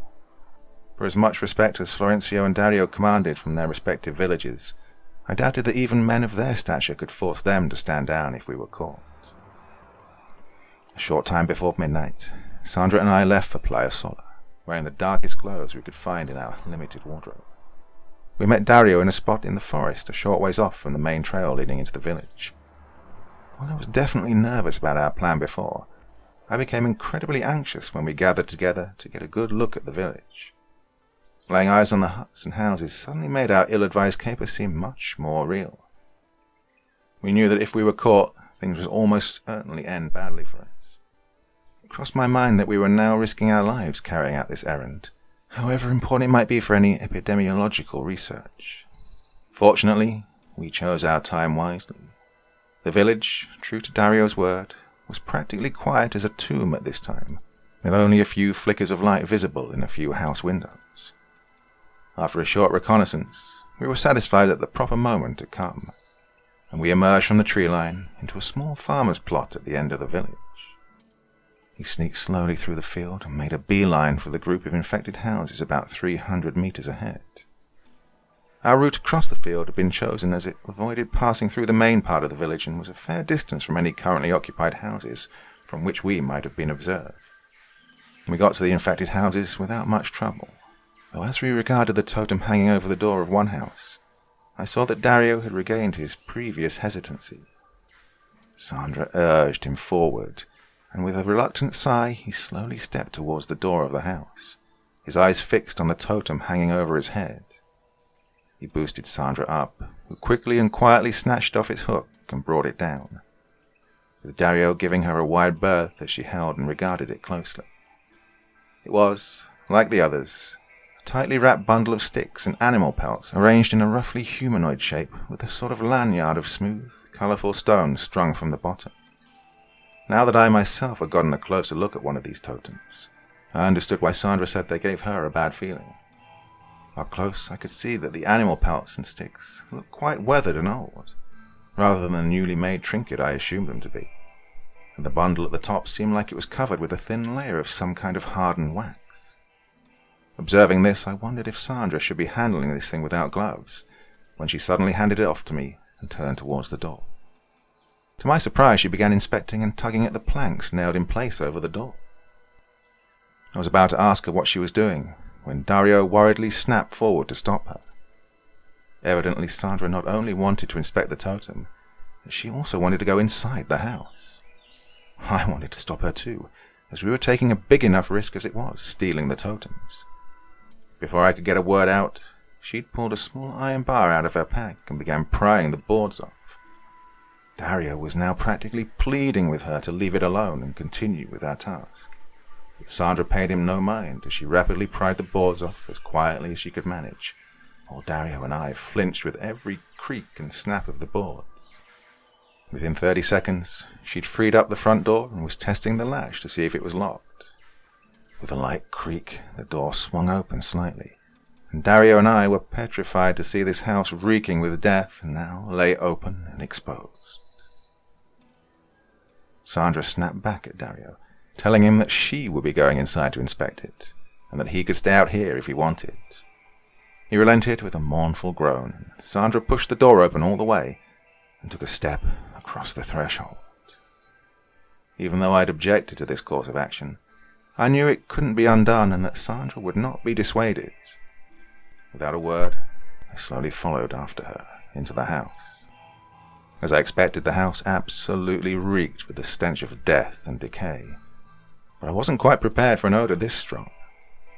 The air itself was thick with the same god-awful miasma as the last infected house we visited only the day before. It was so noxious and rank that it felt like it was tingling and burning in my throat, causing me to throw a handkerchief over my mouth and nose to keep it out.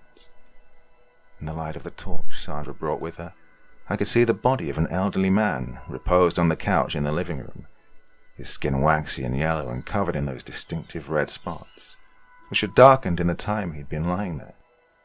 A large streak of dark, dried blood ran down from his nose, across his mouth and chin, and onto his neck. To my horror, I saw that his eyes were open, revealing a pair of clouded eyeballs and what looked like a pale fluid seeping from under his eyelids. Sandra turned down the hall to the next back rooms, where an even stronger stench hung in the air. She pushed open another door to reveal what was apparently a children's bedroom, and on the one bed she shone the light to reveal 3 small bodies all tucked in next to each other. These children of the household looked much the same as the old man in the front room, being covered in dark red spots and showing large trails of blood emanating from their noses and ears. This wasn't the worst of it. Sandra turned around to face a door on the opposite side of the hall, which I took to be the parents' main room, from which was radiating an odor so powerful that it actually stung my eyes and made them water. Sandra pushed open the door and swung her light on whatever was inside. It was definitely the parents' room. Who I took to be the father was lying face down on the bed, while in a rocking chair in the corner sat upright the corpse of the mother. But her corpse didn't look anything like what had become of the others.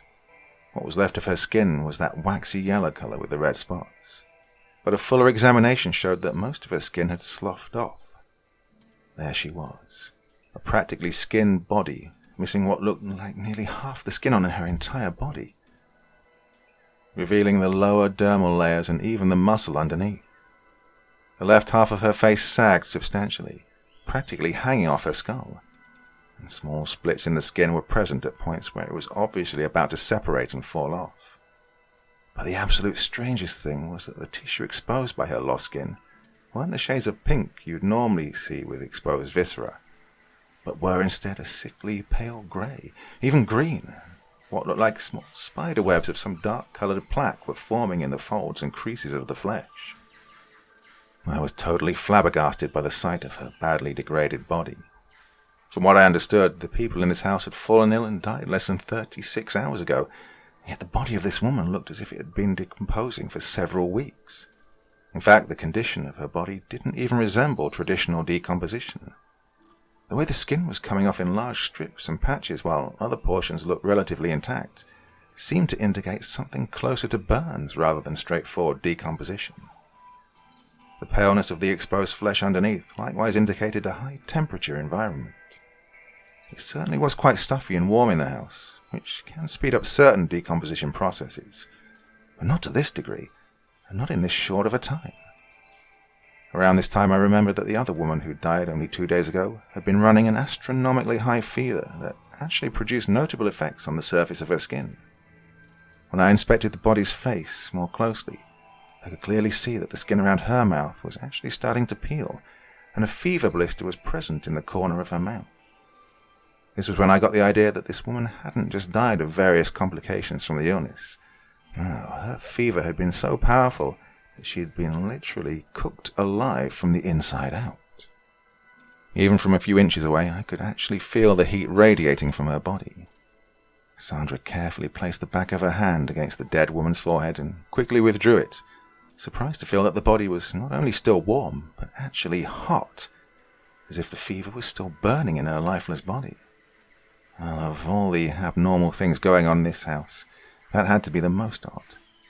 How could the body have remained so warm from a fever this long after her death? Well, it did explain the advanced deterioration of the woman's body. Every answer we found only raised further questions. At this point I had quite enough of being in this awful place, and I gestured for Sandra to leave. From her pack she quickly withdrew a small knife and scraped off some of the woman's skin into a small petri dish and took a blood sample using a pipette. When she finished, we made our way back outside. And at first I was relieved to get a deep breath of fresh air after the foul, stifling atmosphere that pervaded the house. But when I regained my senses, I was confused to see that Dario wasn't waiting for us outside like we asked.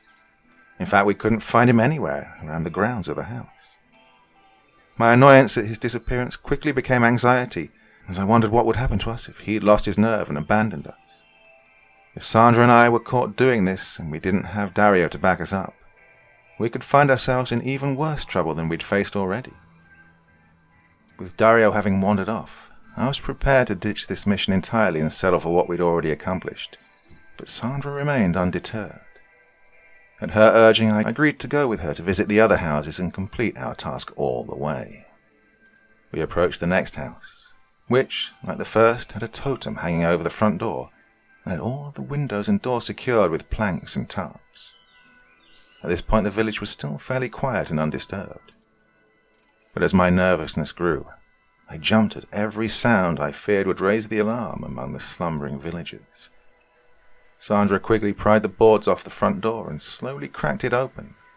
Oh, if the stench in the previous house was awful, then this one was absolutely horrendous. When the door slipped open, I could feel a brief gust of warm, foul air coming from within. This house wasn't just stifling, it was sweltering, like walking into an oven. As soon as we entered the main room, Sandra's light illuminated a group of 3 figures sitting upright against the far wall, clearly the remains of the inhabitants. It quickly became clear why the house was broiling inside. All 3 of these bodies were in a similar state to the dead woman in the last house, with large portions of skin having come loose and slid off their bodies. One of the bodies, a male from the looks of it, actually had part of his face around his mouth and chin hanging off. The sight of these poor souls confirmed what we'd observed in the last house was not strictly an outlier. This badly heat-damaged state was a distinct feature of the disease itself. When we could no longer stand the awful heat and odor, we quickly left the house to get some fresh air. As I panted and regained my breath, Sandra hissed a sharp warning for me to be quiet. And to my horror, I looked towards the village square and saw that there was now considerable activity going on. We've had it, I thought to myself. We're going to get caught and God knows what will happen to us. While I was swaying on my feet, trying to fight the urge to collapse with fear, Sandra kept her eyes fixed on the group of people moving in the village square. To my shock, she began gesturing for me to follow her in closer to the gathering crowd, evidently wanting to get a closer look at what was going on. As much as I admired Sandra and would have followed her anywhere, I was prepared to bolt in the opposite direction and get the hell out of this place before we were noticed. But then I realized that fleeing this place by myself and facing the consequences alone would be an even more frightening prospect. I swallowed my fear and followed her in closer to eavesdrop on the gathering. From this distance I could hear voices chattering among the gathering crowd, though I couldn't quite make out what was being said.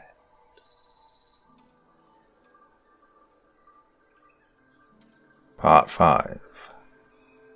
We quietly made our way forward, weaving between and around the houses to find a spot where we could observe the crowd without notice.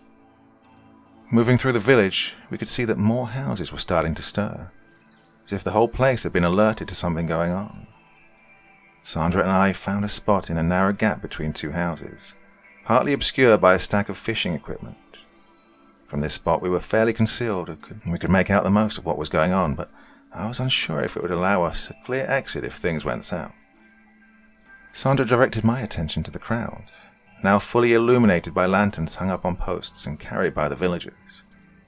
When I paid closer attention to the sound of the voices, I realized I was hearing only one voice, a familiar voice, practically bellowing at the top of his lungs. I recognized that voice just as the crowd shifted, and I finally identified whose voice it was. I was shocked to see that it was Florencio, who had decided to accompany us on our mission after all, shouting at the villagers while his cousin Dario knelt by his side, cradling what appeared to be a bleeding head wound. In a flash, I realized what had happened.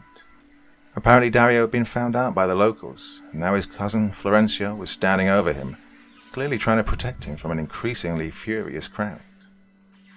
Dario was conscious and not too badly wounded from what I could see, but I could practically feel the crowd becoming more agitated and threatening the two of them. Even Florencio's loud abuse and recriminations weren't driving them off. It was clear that the two cousins were in serious peril that not even their high standing among the villagers would save them from.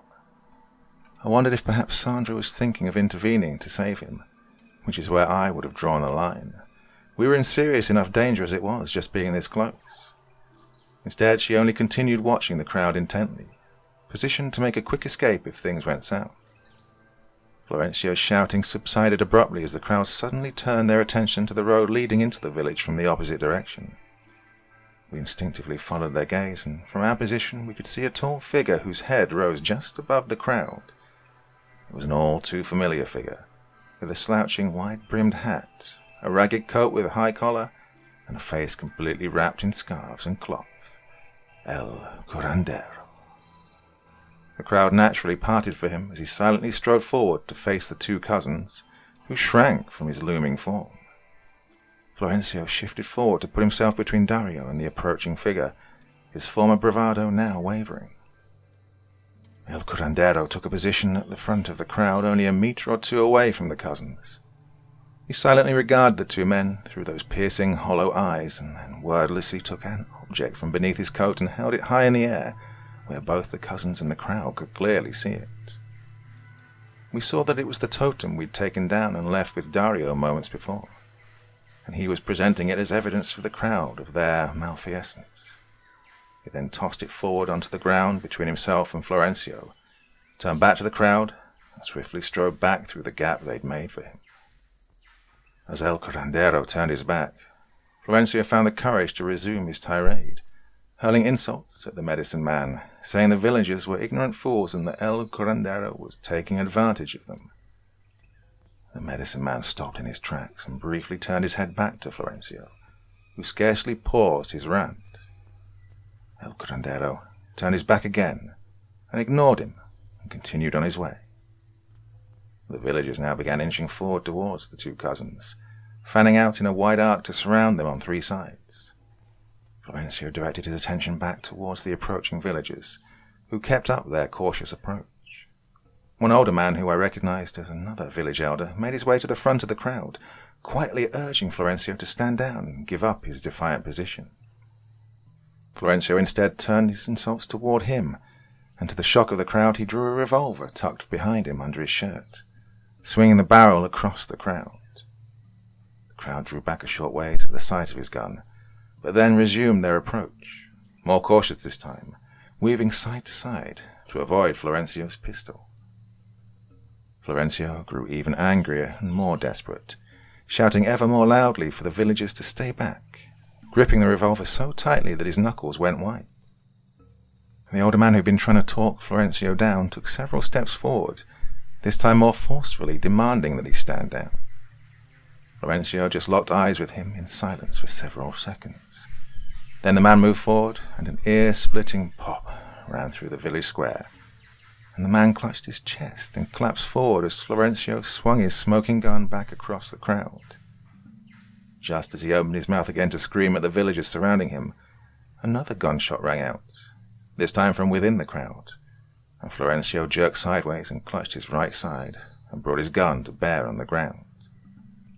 A second gunshot went off, and he clutched again high up on his chest near his throat, falling over and rolling onto his back with a loud, strained breath. Dario screamed in shock at the sight of his cousin being shot dead and sprang forward to reach for him.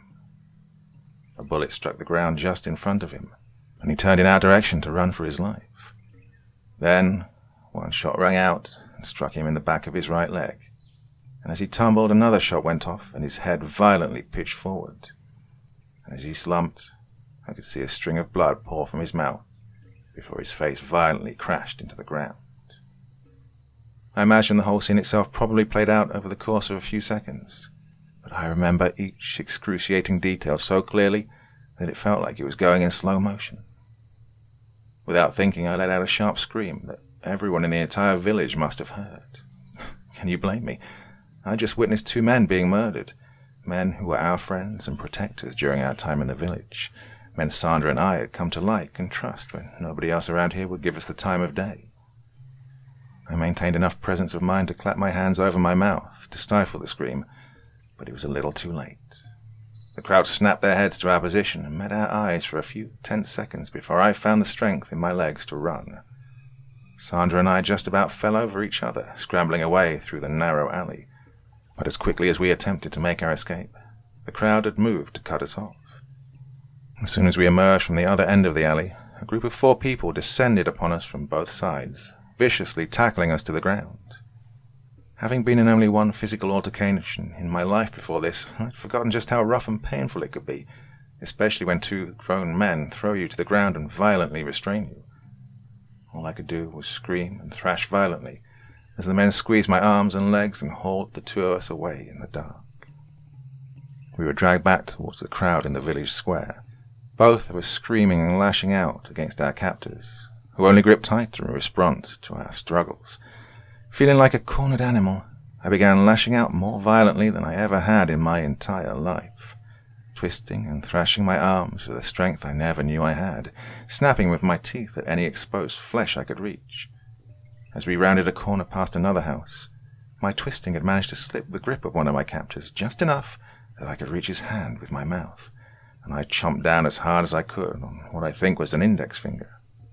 My captor recoiled reflexively to extricate his finger, and his grip loosened just more enough that I slipped my right arm from his hands and grabbed at a long object hanging from the side of the house we were passing, getting a firm grip and stopping them dead in their tracks.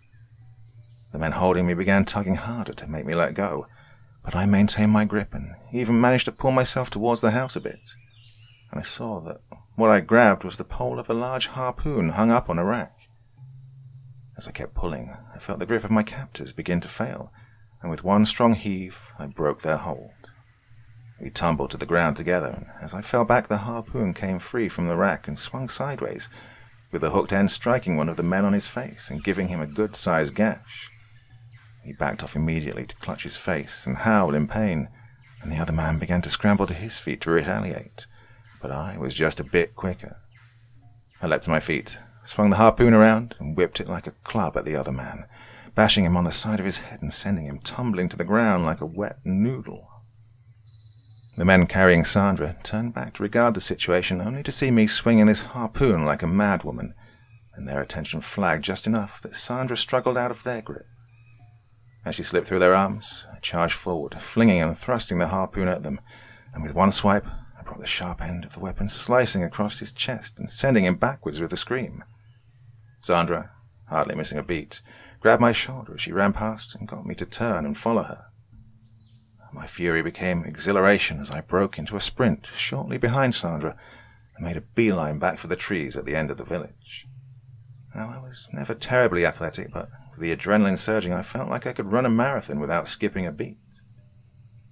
However, before we got halfway across the field, the villagers had recovered from their shock and were hot on our heels. We sprinted past the tree line and into the jungle, leaping over rocks and logs and tearing through foliage like it wasn't even there. I held out hope that running into the jungle would get them off our trail, but our pursuers were determined. Just as I noticed the sound of them tearing into the jungle after us, I heard scattered gunshots frightfully behind us. The sharp whiz of bullets flying past me showed they could see roughly where I was and thus were dangerously close behind. At the sound of the gunshots, Sandra shouted to me to split up and try to regroup somewhere farther down the road. I stayed on a fairly straight course, roughly parallel to the road, while I could see that Sandra was veering right further into the jungle. I didn't really have time to think about her plan to split up before she had run off in the other direction, but I was so wound up that I didn't stop to question her and kept charging in the same direction. More gunshots rang out in the direction that Sandra went, so it seemed that her plan to split their fire was working, but scattered gunfire still occasionally found its way close to me. My heart was pounding in my ears like a drumbeat, but even so my pace still steadily increased, until the shouts of our pursuers became more distant. When the voices trailed off completely, I finally felt comfortable slowing my pace and decided to turn towards the direction of the road.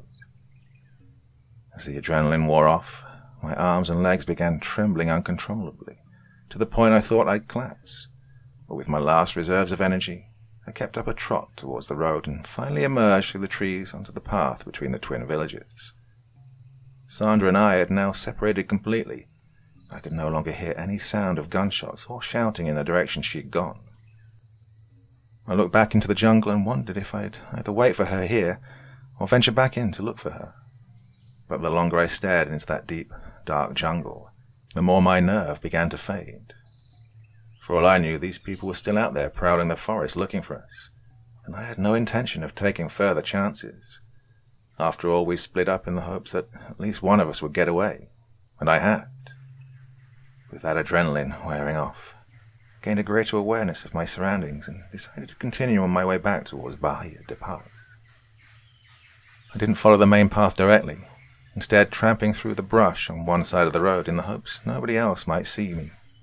To my surprise, our race through the jungle had brought me closer to Bahia de Paz than I'd expected. As I was slowing down, I could see a figure standing by the side of the road, and as I got closer, I could see that it was Rodrigo, Florencia's oldest son. Until now I hadn't thought much about the shy, skinny teenager, but seeing him now was quite a relief at first. I got closer and called for his attention as quietly as I could, and, in my passable Spanish, I asked him if anybody had come back from Playa Sola. Nobody had come back yet, he said, but some people in the village thought they heard shouting and gunshots coming from our direction. When I approached him, I got a good look at his face, noticing for the first time how much he resembled his father, and I was suddenly struck by a sharp pang of guilt. This kid had no idea that his father and one of his cousins were now lying dead on the ground back in Playa Sola, murdered by the very people they were entrusted to protect. I resolved to tell him in time, but for now I just needed a place to lie low in case anybody else was searching for me. At his suggestion, I followed him back up the hill to his family's home, taking care not to be noticed by any other villagers, and there I shacked up in my room, blocking the door and closing all the windows and curtains. Now that I was out of immediate danger, the real gravity of everything I'd just been through finally fell on me, and I collapsed into a pile of sobbing nerves. All I could really do was slip under my blankets and curl up into a ball, trembling and hyperventilating while the horrific events of the evening played endlessly in my head. It was a strange experience, going from the powerful adrenaline high that made me feel unstoppable, to then collapsing into a feeling of total weakness and helplessness. I had no idea if Sandra was okay, or if those people were still looking for me, or if the boat out of here would arrive soon enough, or at all. At the back of my mind, I also knew that I had directly exposed myself to all those sick people, and it was possible that by this time the next day, I could be running a fever so intense that my skin melted and slid off my body. On that point, I wasn't quite sure. Sandra and I had been exposed to Basilisco on multiple occasions, some more than 2 days ago. From what we saw, the sickness acted fast enough that the both of us would already be dead if we had contracted it. But further scientific inquiry wasn't really on my mind in those dark moments. All I really knew for sure was that I was still alive, for now. Somewhere in that black pit of despair, I managed to drift off into a dreamless sleep. I gave myself a rather rude awakening when I jerked awake sometime early in the morning, feeling like I was suddenly in danger, before realizing that I'd been asleep. All was quiet, fortunately. I peeked out the windows to see if there were any unusual activities going on in the village. Thankfully, nothing seemed to be terribly amiss. For now, it was just the same somber mood that had settled over the people ever since the Basilisco scare had begun. With some trepidation, I left the relative security of my room, went out to see the rest of the family, who were gathered in the living area with worried and anxious looks on their faces. The guilt came back to me as I realized that they were still waiting for Florencio, the father of the family, to arrive back from his sojourn in the next village. He wouldn't be arriving back. I knew. So the painful task of telling them their father was dead would fall to me. The mother sent away all but her 2 oldest children, including Rodrigo, and I sat them down in the living room to tell them what had happened. If there's anything in this life I hope to never do again, it's having to break this kind of news to a worried family. The mother obviously didn't take it well. She collapsed into hysterics, not understanding how what she believed was a simple errand had ended with her never being able to see her husband ever again. Rodrigo and his sister, though distraught, stayed strong and did their best to comfort their grieving mother, though they were in disbelief as much as her. Rodrigo and his mother decided that they would let the other children know in due time, but for now there were things to be settled. At this point the initial shock and grief was starting to morph into anger as the circumstances of their father's death became clear. Rodrigo, being a hot-headed teenager, spoke angrily of heading straight over to Playa Sola and killing anybody there who had something to do with his father's death. His mother actually didn't seem opposed to that course of action. Well, to my chagrin, I thought I'd inadvertently sown the seeds of a vendetta between Bahia de Paz and Playa Sola, which only added to my guilt even more. But for now, this was the least of my worries. Sandra was still missing. The people of Playa Sola wanted me dead, and for all I knew, the people of Bahia de Paz might react the same way if they knew what we'd been doing that night. Until noon I stayed inside, watching out the windows for any sign of trouble, but from my side of the house I couldn't get a clear look at the path to the next village. If I were to get any clear look at the situation, I'd have to venture outside and see for myself. Well, to me it was a calculated risk. If there was trouble, I could just hide out here until the boat came. But then again, I didn't know for sure when or even if that boat would come, in which case I'd need to seek out some other means of escape. I reasoned that if I did go outside, I should go incognito and avoid being identified by anybody. So with the help of Rodrigo's mother, I found some clothes that were reasonably concealing, and in this disguise I hoped that I could safely make my way around the village. I left the house and made my way down the hill using some obscure paths that mostly ran behind many of the houses and shacks, and found myself towards the main area of the village, where the main path and the piers roughly intersected. As I rounded a corner, I was dismayed to see that the events of last night had clearly aroused notice among the villagers, and a group of them were congregating on the path and having loud, anxious conversations about what was happening. Many were pointing off in the direction of the next village. Some were crossing themselves, and others still kept an anxious vigil on the road. The conversations I overheard mostly focused on the same thing: Basilisco. They were talking about an outbreak that was happening right now in Playa Sola, and not just the one that had killed those families the other day. Now it was apparently raging through the village, and several more people were known to have died. My heart sank when I heard this. Apparently our efforts the previous night had not helped, and in fact could likely have made things worse. Whatever we'd done with those totems had been worse than useless. It was entirely possible that now Bahia de Paz might be affected as well. The rumbling of the crowd became a series of shouts, and some people were pointing off down the road towards Playa Sola. And for a moment my heart lifted, when I thought it could be Sandra. To my disappointment, it wasn't her. Instead, I saw something that I'd feared ever since I came stumbling back to town last night. It was a small group of men coming down the road, men conspicuously armed with machetes and knives, and were clearly up to no good. The men approached the villagers evidently hoping to parley, but instead, what commenced was a loud argument between them. The people of Bahia de Paz knew that Basilisco was running out of control in the next village, and they didn't want anyone else from Playa Sola entering their village and spreading it here. The armed men, on the other hand, were pointing towards Bahia de Paz and demanding that they be allowed to pass, as they needed something that they claimed would help them fight the outbreak. By that I assumed they meant Sandra and I. Both parties became increasingly hostile, and it seemed that they'd come to blows any minute now, but the armed men finally desisted and turned back towards their village. This little confrontation confirmed my fears that the people of Playa Sola were not giving up the pursuit of Sandra and I. I know it was terrible to think this, but at the time I secretly hoped that Basilisco would kill off whoever was left in Playa Sola, if it meant being left alone. But before that happened, I was sure that these men would be back, and I still had no certain escape planned. Even if I did work a way out of this place, could I really leave Sandra behind? But then again, Sandra would have wanted at least one of us to make it out of this place. All I could do is pray that she might come back with us, or that she might find some other way back to civilization. At the time I had rather more pressing concerns. The confrontation between the armed men and the people of Bahia de Paz had subsided, but a new argument had begun among the villagers themselves. Some were considering their offer and thought giving them what they wanted would be beneficial to everyone. Others were worried that the men would not be satisfied and that violent confrontation was inevitable. Everybody knew the men would be back in a few hours, and nobody had any clear idea of what they really wanted. After a few hours, the debate had subsided, but now new inklings of trouble were starting to manifest. Apparently 2 more people were now sick, and their condition had rapidly deteriorated. Around this time, people began to take notice of the fact that Sandra and I were nowhere to be found, and that our clinic remained closed. Some people were sent out to find us, but I had no intention of being found.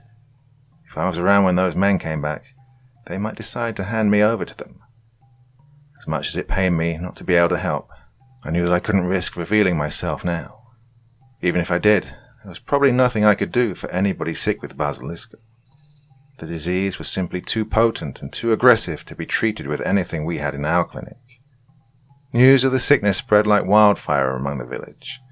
Now people were up in arms, clearly blaming the men from earlier for bringing it into their midst, and a mob had gathered on the road intending to drive them back if they returned. It honestly felt like a full-out war was brewing between these 2 villages, and I couldn't help but feel that I was directly responsible. The only idea I had was to retreat back to the house and hole up until the worst of it had blown over. Well, sure enough, a group of armed men returned when they said they would, late that afternoon. The people of Bahia de Paz were there to meet them, and unsurprisingly the situation turned ugly within moments. When it all started to kick off, I left the safety of my room to get a better view of what was happening. Not a very good idea, but I thought that if things got really bad and the men stormed the village, some warning was better than none, and I wouldn't be trapped inside if I needed to just run for it. A veritable riot had broken out on the road, with people from their respective villages trading blows from machetes, pipes, and other such weapons on the path near the docks. And this wasn't some half-hearted skirmish either. These people were really intent on murder. After all, they knew what was at stake, and they were fighting for their lives. The people of Bahia de Paz knew that if they allowed the men to storm the village, they'd all be exposed to Basilisco. I recognized many of the people who were down there fighting and dying. I saw a fisherman whose hand I'd once sewed up, mercilessly hacking away at one man with a machete. Another man who'd brought his children in for a vaccination was brained by a metal pipe wielded by another. In the last week I'd witnessed so much death and mayhem that I was hardly shocked by it anymore. After some time I couldn't stomach the carnage anymore and retreated back to my room. I thought that if things turned violent then it would be only a brief scuffle that would die down when somebody got seriously hurt, but instead this was a vicious battle that not only kept going but actually increased in intensity as the day wore on. Fighters from Playa Sola would retreat for a time, but then return in greater numbers and renew the bloodshed. They didn't seem to care how many of their men died. I shudder to think how bad it must have gotten in Playa Sola if they believed that all those who died so far were acceptable losses compared to letting their sickness work its course. The sounds of this brawl were soon punctuated by gunshots, which they probably hoped would break up the battle, but it raged unabated. To my horror, the sounds of the bloodshed seemed to grow closer to the house with every hour, and I wondered if the people of Bahia de Paz were being pushed back. With that realization, I decided that this could be my last chance to run, and so with great reluctance, I stepped back outside looking for a good moment to make my escape. Escaping on foot was the last thing I really wanted to do, but I figured that if the boat never arrived, my best chance was to hoof it south towards the Colombian border. As far as I knew, there weren't any close-by pockets of civilization down that direction, but I had a vague hope they would think better of following me across a national border. As I emerged from the house, I braced myself for the worst and hoped to God that nobody noticed me. The fight had indeed gotten closer and closer to the house, but to my surprise the battle itself was actually slowing down. Unfortunately, I could see why. Fewer people were left to fight it. It seemed like dozens of wounded people lined the main street through the village, all nursing some especially nasty wounds. Quite a few people were dead. Here and there I saw one armed person or another running about, apparently wondering what to do next as the battle died down. In better days, Sandra and I would have had our work cut out for us, But now I was only intent on leaving this place. So if all these people had to make do without a doctor, then that was just tough shit for them. As I tried to surreptitiously make my way down the hill, I got a closer look at many of the wounded. I saw what must have been over a dozen people sitting or sprawled out on the side of the main road, cradling wounded limbs and other injuries, but I was especially disturbed to see that many of them were clearly becoming sick. Several were vomiting and coughing, while their skin began to take on the same sickly yellow pallor as the others who died so far. As I made my way further down, I locked eyes with one older man cradling his partially severed right hand. For a few moments we just stared at each other in silence, his expression showing total resignation to his fate. I could see that a small trail of vomit ran from his lips to his chin, and in the corner of one nostril, a faint spot of blood was starting to show. After a moment he looked away, as he began to cough and dry heave again, expecting to just be left in his misery. This same scene played out multiple times along the main path, though as I reached the bottom my attention was instead drawn to the column of black smoke erupting from the outlying buildings of the village. I ducked out of sight of a group of men who I saw were still walking about the buildings, and one of the men drew a bottle from his hip and hurled a Molotov cocktail through one of the windows of our clinic. Well, within seconds a substantial blaze had erupted inside, and in another minute or two flames began emerging from the windows and consuming the building. Even though Sandra and I had spent so much time and effort setting up our clinic, I was too emotionally burned out to feel anything seeing it go up in flames. Maybe it was for the best, anyway. I certainly had no intention of ever returning to this place, so what became of our feeble humanitarian efforts no longer mattered. I watched our health clinic and the two other houses burn for quite a while, and after some time the group of arsonists turned back to head down the road to Playa Sola. As far as I knew, the coast was now clear for me to make a run for it, but I soon began to rethink my plan. After all, the vicious battle that had raged all afternoon and into the evening was now effectively over, with both sides having abandoned their reasons for fighting. Would waiting one more day make any difference? I decided to cancel my plan to just hike out of the village and go south along the coast, thinking that I might as well wait to see if the boat was or wasn't coming. This way I could also take some time to make sure that Rodrigo and his family were safe before I left. I owed them that much at least. I was worried that Rodrigo might have decided to join the fight down in the village, but as I returned to the house, I was relieved to see that he'd thought better of taking part in the violence. He was a good kid, and it made me proud of him to see that he'd stayed to protect his family rather than running off to get killed. The family had gotten a clear view of the unfolding carnage that raged in the village, and they were quick to ask me if anybody they knew might have been hurt or killed in the battle. Well, all I could really tell them was that at least 20 people were wounded or dead down in the village, and many of them were also showing signs of the sickness. When I mentioned how many people were sick, their concern for their friends and neighbors gave way to fear, even mild panic, and they quickly scrambled to block doors and cover their windows as tightly as possible. They insisted, and I agreed that I should stay at least the night, and wait until the outbreak had subsided before departing this place for good. That night we shared a simple meal at their kitchen table, and Rodrigo and his mother said prayers for their dead father and his cousin. I can only imagine the grief they went through, losing first their father, then many of their other friends and relatives in both villages. Having lost their father, I worried about how they'd make ends meet, or if there were enough relatives left to support them in this dark time. Rodrigo certainly seemed ready to assume the role as man of the house, which was only a small comfort compared to the enormous task of rebuilding an entire community shattered by the day's events, if it could be rebuilt at all. I slept poorly that night, as I had for several nights prior. Rest only came in fits and starts and rarely seemed to last very long.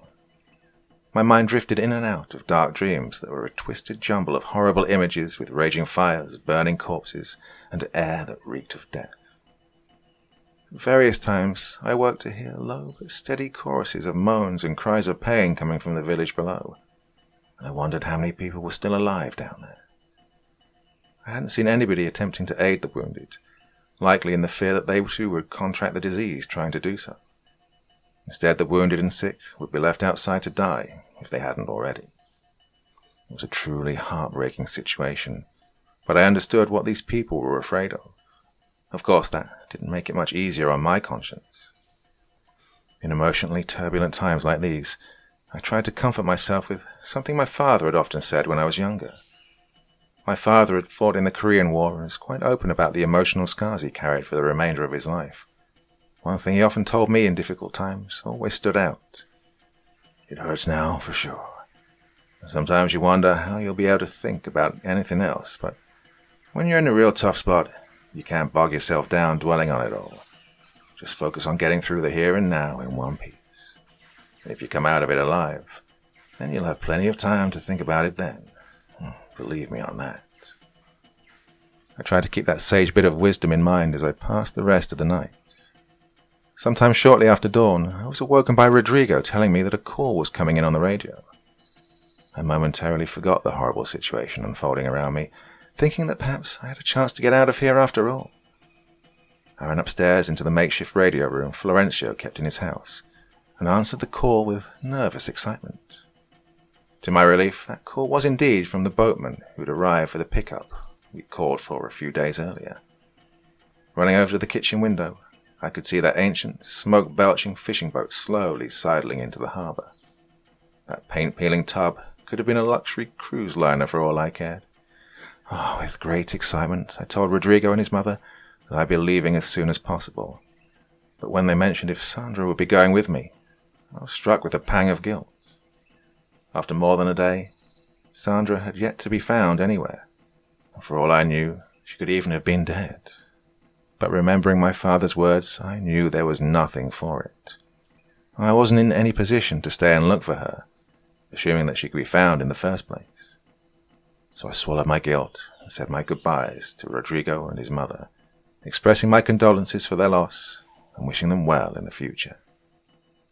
I grabbed my things and made a hasty exit, jogging slowly down the hill towards the docks. As I went, I tried to survey the remains of yesterday's carnage. The village itself was unearthly still and quiet, with many of the bodies still laying where they'd been the day before, mostly undisturbed.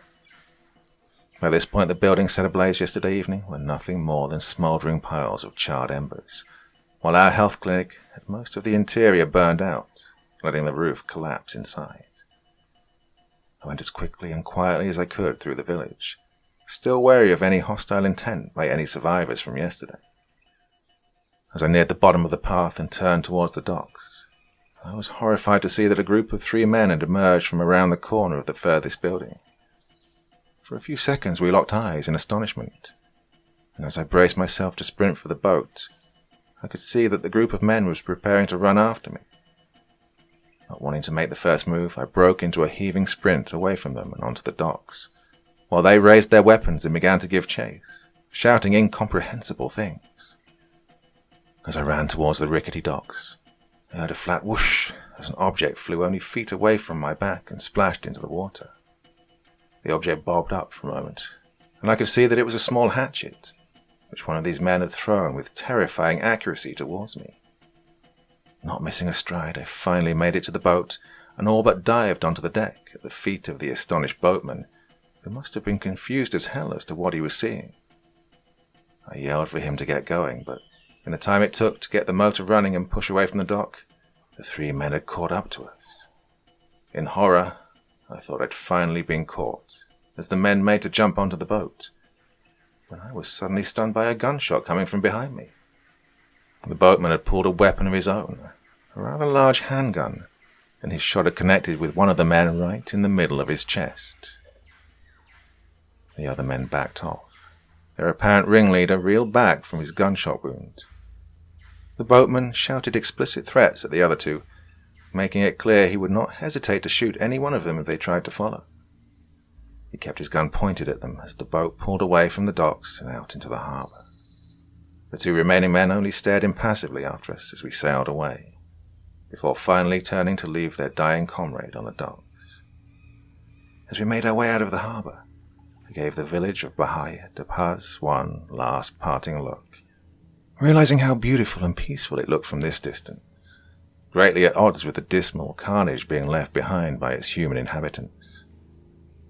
As we made our way northwest along the coast, I saw more columns of smoke rising from the direction that I knew was roughly where Playa Sola was located. I urged the hesitant boatman to take us a bit closer in so I could see what was happening.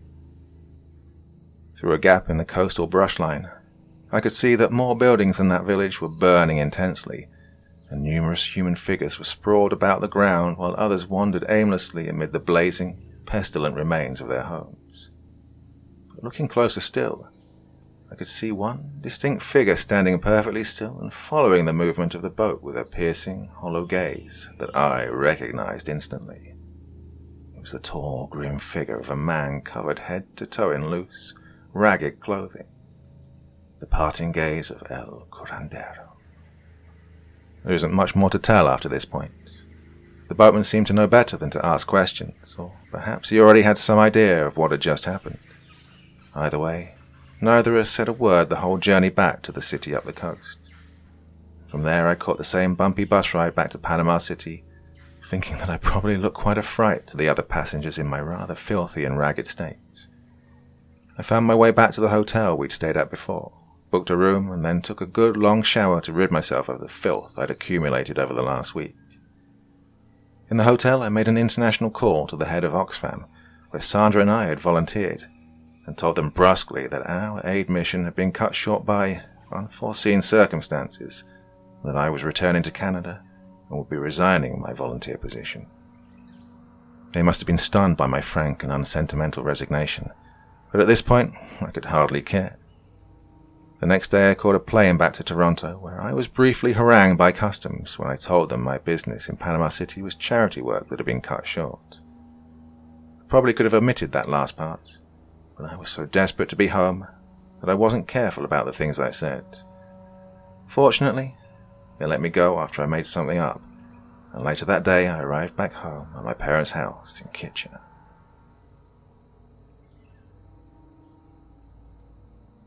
Part 6. The rest is fairly well known, after all the nosy journalists and amateur sleuths caught wind of the story. Eventually Sandra's parents, worried about her lack of correspondence, which she'd promised to do during our time, contacted the authorities to inquire about her whereabouts. And the authorities questioned me when they couldn't locate her and found out she and I had gone to Panama together. For over a year I put up with a seemingly endless stream of rude, accusatory questions from police, reporters, and all other kinds, demanding to know the truth. I don't know what truth they thought I would provide, but I never offered anything more than the basics. We went on an aid mission in Panama. The aid mission went poorly for a variety of reasons. Things in the villages got risky and even dangerous, and the two of us had to cut the mission short, or I separated from Sandra, and that I had no idea what had happened to her. I don't know if telling them all the other grim details about Basilisco and El Curandero, and how the plague had virtually wiped out 2 villages in the span of a few days, would have satisfied their curiosity. I think there's a pretty good chance they wouldn't have believed me if I'd told them. Everybody who asked seemed to have already made their own version of the truth, and they probably would have written me off as a liar if I didn't implicitly confirm their theories. Well, the bad press I got ebbed and flowed over the next 2 decades, following me just about everywhere I went. I suppose my attempts to avoid everything looked suspicious after all, but I just didn't want anything more to do with the Basilisco affair, and every time interest in Sandra's case reignited, I had to move further away to escape it. I've relocated 8 times in the last 27 years, though it seems that the 8th time was the charm. I'm living in Edmonton now, working at a small family practice in the suburbs and keeping a generally low profile. Interest in the case of Sandra LaRoche has largely waned. I've finally gotten comfortable using my real name where I live, and it's been a long time since anybody recognized it or thought to ask. For years I've held off revealing what exactly happened in Panama back in 1991, until a few days ago I finally decided to put everything I remembered to paper. I thought perhaps I was doing it in the belief that we really do live in a world where the truth matters, that maybe people are finally ready for it. But even that isn't totally accurate. As far as the world knows, Sandra LaRoche is missing and presumed dead for 28 years now. I believed this myself when I received a package in the mail last week, forwarded to my address by Sandra's mother, who is still alive as I write this. I was surprised to see it, knowing that her parents shared the same opinion as everyone else about me, and wanting nothing to do with me. When I opened the package, I saw that it was a notebook with many of its pages filled with familiar handwriting. That's when I realized Sandra LaRoche is not dead. She's very much alive, and in the pages of her notebook, I found out what happened on that terrible jungle night in Panama in 1991. The statement of Sandra LaRoche. Well, I have to say that it's good to know you're still out there, Em. I've heard all about what happened to you after we lost touch with each other in the jungle all those years ago. In fact, I learned about it not long after the stories first broke. Has it really been nearly 30 years? But you might be wondering why I never turned up after getting out of there alive. I know I could have spared you and my parents a lot of grief if I'd returned to the world and let everybody know what really happened. And for that, I'm truly sorry. I hope that after I explain what happened and what I learned, you'll understand why that wasn't possible for me. I'm trusting that you'll know best what to do with everything I'm about to tell you, and come what may, I will respect your decision. I imagine it can't have been easy for you to live with all the suspicion that's fallen on you, but all I ask is that for the sake of humanity and all that is decent and sane in this world, that I should be left where I am. What I've chosen for myself is a lonely existence, even a painful one at times, but what I'm feeling is decidedly irrelevant next to everything else. So I ask that you try to remember that night all those years ago, the night you and I would see each other for the last time. I'm sure you remember how we fled through the jungles with all those people on our trail. When I split up with you and ran the other way, I did it hoping that the people chasing us would have to split up as well, that we'd have better chances individually instead of risking being caught together. Then neither of us would have made it out. Oh, hearing that you were still alive, I guess that was the right choice. From what I heard, some did follow you, but most of the people kept on after me. I was going deeper into the jungle and trying to find some place to hide, but these people were faster and smarter than I gave them credit for. As the forest got thicker, I got slower, while the chasers were keeping up. Just when I thought it was over and I was expecting to be caught, we ran into something really strange that neither I nor the other people had been expecting. When we were all running through the brush, I kept hearing strange sounds, like sharp cracks and high whistles. I thought maybe they were still shooting at me. I heard some of the voices behind me screaming, awful screams like they were being mauled by wild animals. Then I found out for myself just what we had run into. Traps. Primitive traps, but lethal, man-sized traps laid out in the forest for whoever came along, which of course was us. I found this out when I jumped over a log and stumbled on what I thought was a branch, but was actually a tripwire. And when I fell, I missed by inches, being hit by what looked like a giant dart. When I got to my feet and ran a bit further, the ground went out from underneath me, and I fell against the edge of a large pit, complete with wooden stakes, which, if I'd stepped 1 foot shorter, would have impaled me.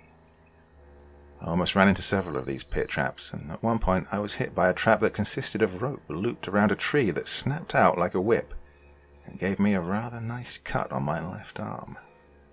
The people chasing me seemed to be doing even worse with the traps than I was, but those bastards must have had more balls than brains because they still kept after me.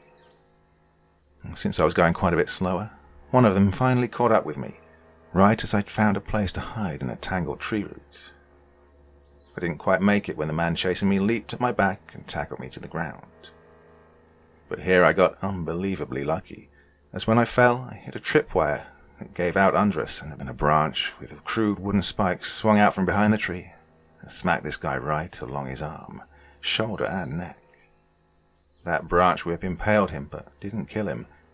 I left him there screaming and thrashing as he hung there, suspended by the spikes. Good God, I just about had a heart attack when I saw that. I wasn't too sorry to see that poor bastard getting spiked, but I knew just the same that it could have been me. If I'd been tackled just a second later, I would have hit that tripwire and probably wouldn't be here writing this today. I just took advantage of that opportunity to get running again, more carefully this time, and finally the voices faded and I was sure I'd gotten away. Of course, now I was probably a kilometre into the forest and had no idea where I was, but I could have figured it all out if I'd had the chance. Unfortunately, I didn't get that chance. I tried going back in the direction I thought was northeast, but those goddamn traps were everywhere. Going around them got me disoriented again, and when my attention failed for a moment, one of the traps got me. Imagine my surprise when a rope tightened across my left leg, and I was thrown over and hauled 12 feet into the air after bashing my forehead and face against the root of the tree. Now, I'd seen snare traps like these in the movies, but good grief, they don't do justice to how much it hurts. So there I was, hanging like a piece of meat 12 feet up, totally helpless and sure I had both a concussion and some nasty whiplash.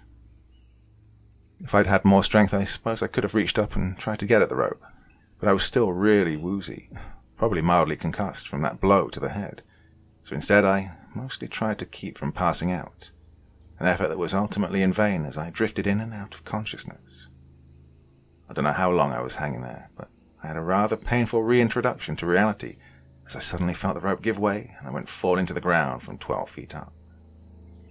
My landing was rather graceless as I tried to stop my fall, but instead mostly landed on my stomach and chest, knocking the wind out of me.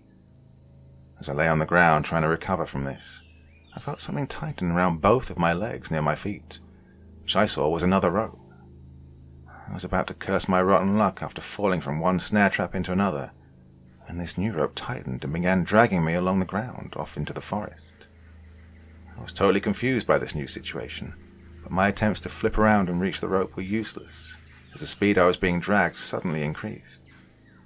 The force pulling my legs was simply too strong for me to pull my body forward towards my feet. The only thing I could do was start screaming and trying to grab whatever was planted in the ground to try and stop this, but I was being dragged too fast to get a good grip on anything.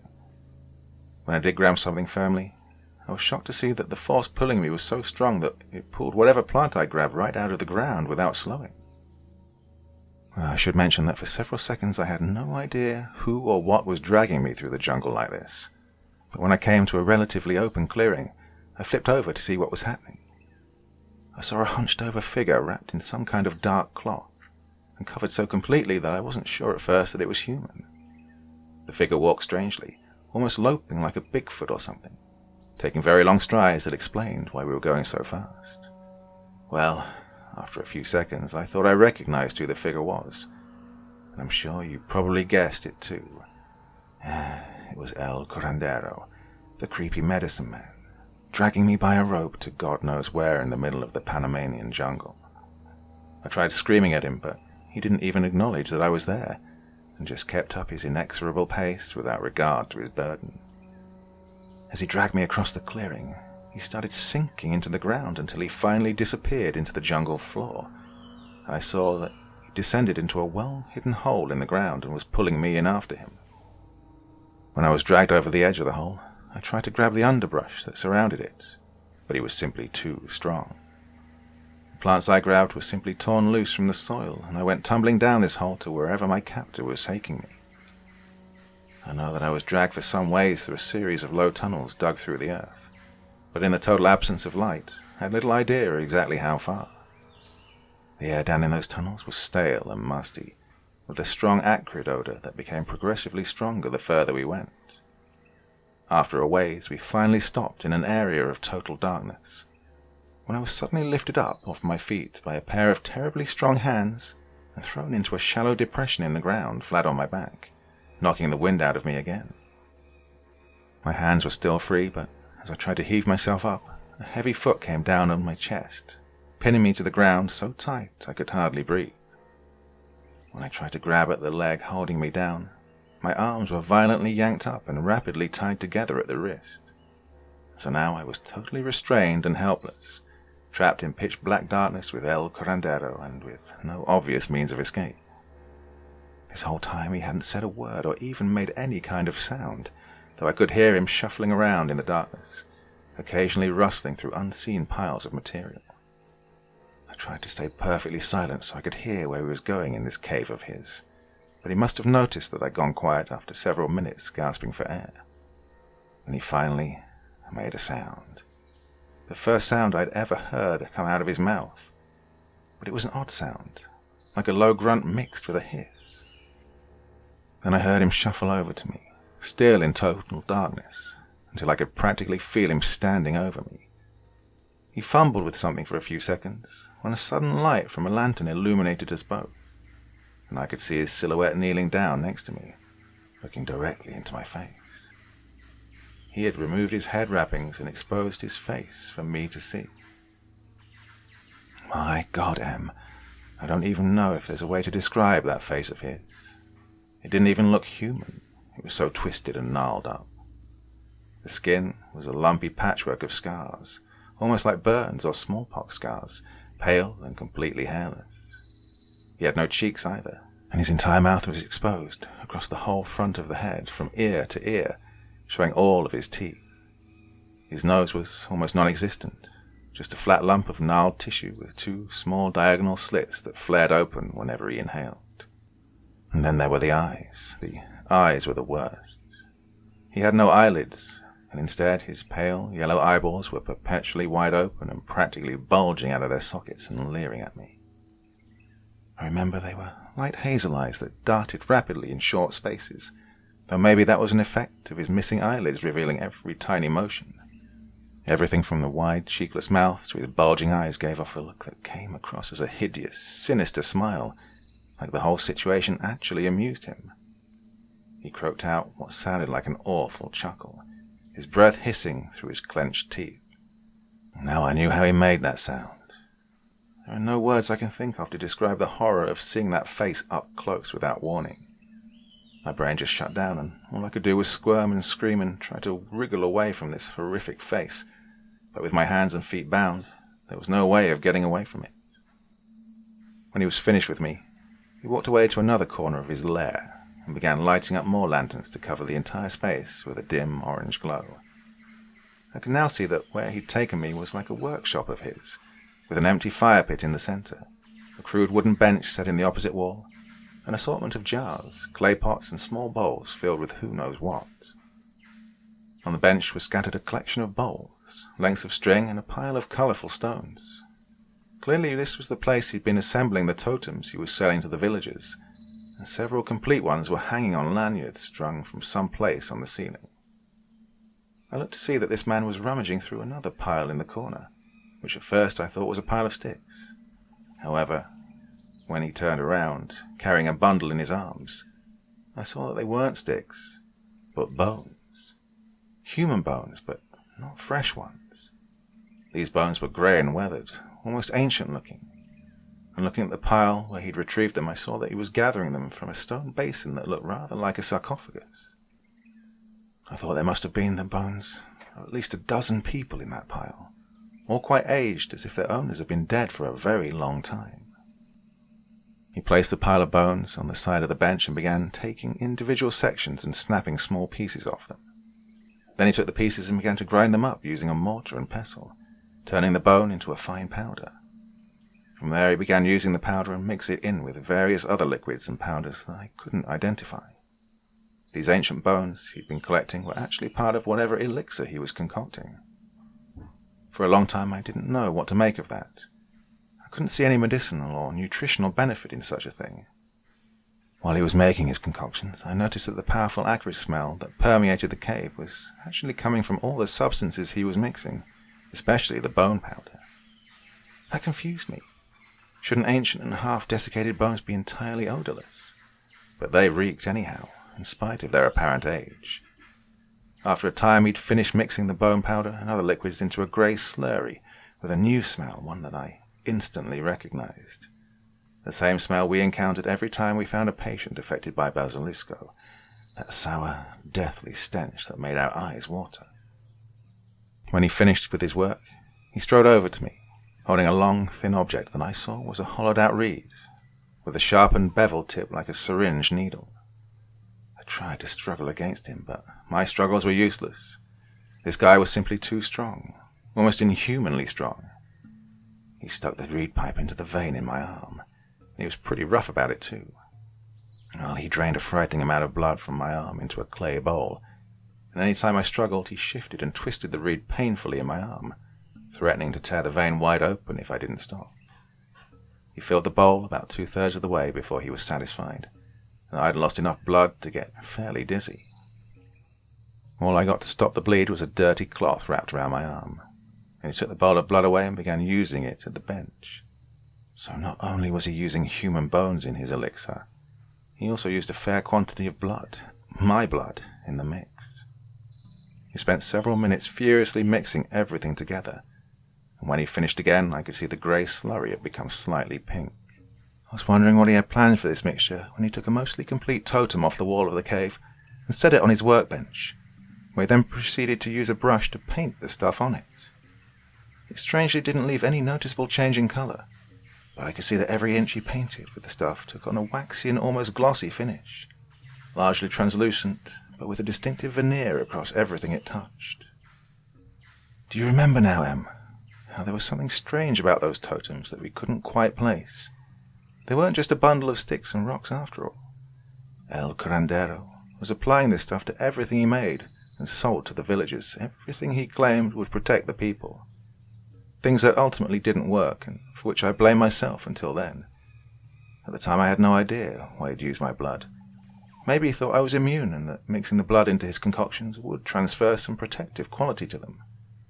Maybe it was just some symbolic thing in accordance with his beliefs, whatever his beliefs actually were. For all I knew, I could have been immune. We exposed ourselves to infected people many times throughout our time there, yet you and I never got sick. What I saw at first left me completely confused and feeling rather guilty. Was he really helping these people after all? Had we unwittingly sabotaged the genuinely helpful efforts of this man, unleashing Basilisco in the process? I remember feeling incredibly guilty at that thought, that our well-meaning efforts had doomed the villagers to suffer such a devastating plague for which no cure existed. What I really wanted was a chance to examine his trinkets closer, to see if any of my tacit theories made any sense. Oh, I just had to know Em, to know if we were responsible for everything that had happened. When he finished painting and preparing this fresh batch of totems, I finally got my chance to find out why. He left the cave after a few hours, leaving me behind tied up in the small pit in the corner of his cave, apparently unconcerned that I might try anything. When I was sure he'd left, I went to work trying to cut my binding. It was a rather difficult task. He'd made the knots remarkably secure, and the rope material he used was quite stiff and had little stretch in it. I ended up having to shatter a clay pot in the corner and use a shard to slowly saw through the restraints, which worked. In that situation, I suppose, I could have immediately made a run for it, but as much as I wanted to be out of there, I needed to know what was going on. I inspected all of his ingredients and materials, comprised of various types of powders and many liquids of different colors. It confirmed my suspicion that the bone powder was the source of the indistinct odor, but to my surprise, some of the intact bones I examined actually had marrow inside them. Granted, the marrow was decayed into a dark sludge, but it was definitely bone marrow that was extruding from the broken ends. Bones that old and weathered should have been mostly desiccated and the marrow reduced to powder, but this marrow looked like it had congealed only recently. Not only that, but the marrow itself was still warm. This was the case with all the bones in the pile that I examined. I'm sure you remember those victims of Basilisco we examined, how they were still burning hot even long after death. This was an opportunity to prove a theory I'd been working out in my head since that day.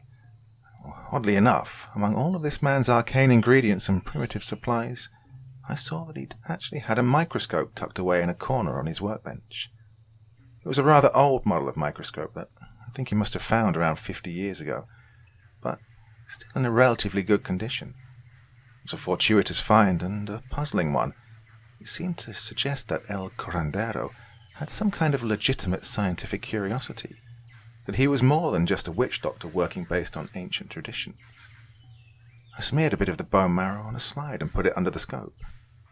What I saw on that slide was something that I vaguely suspected, though was at a loss to actually explain.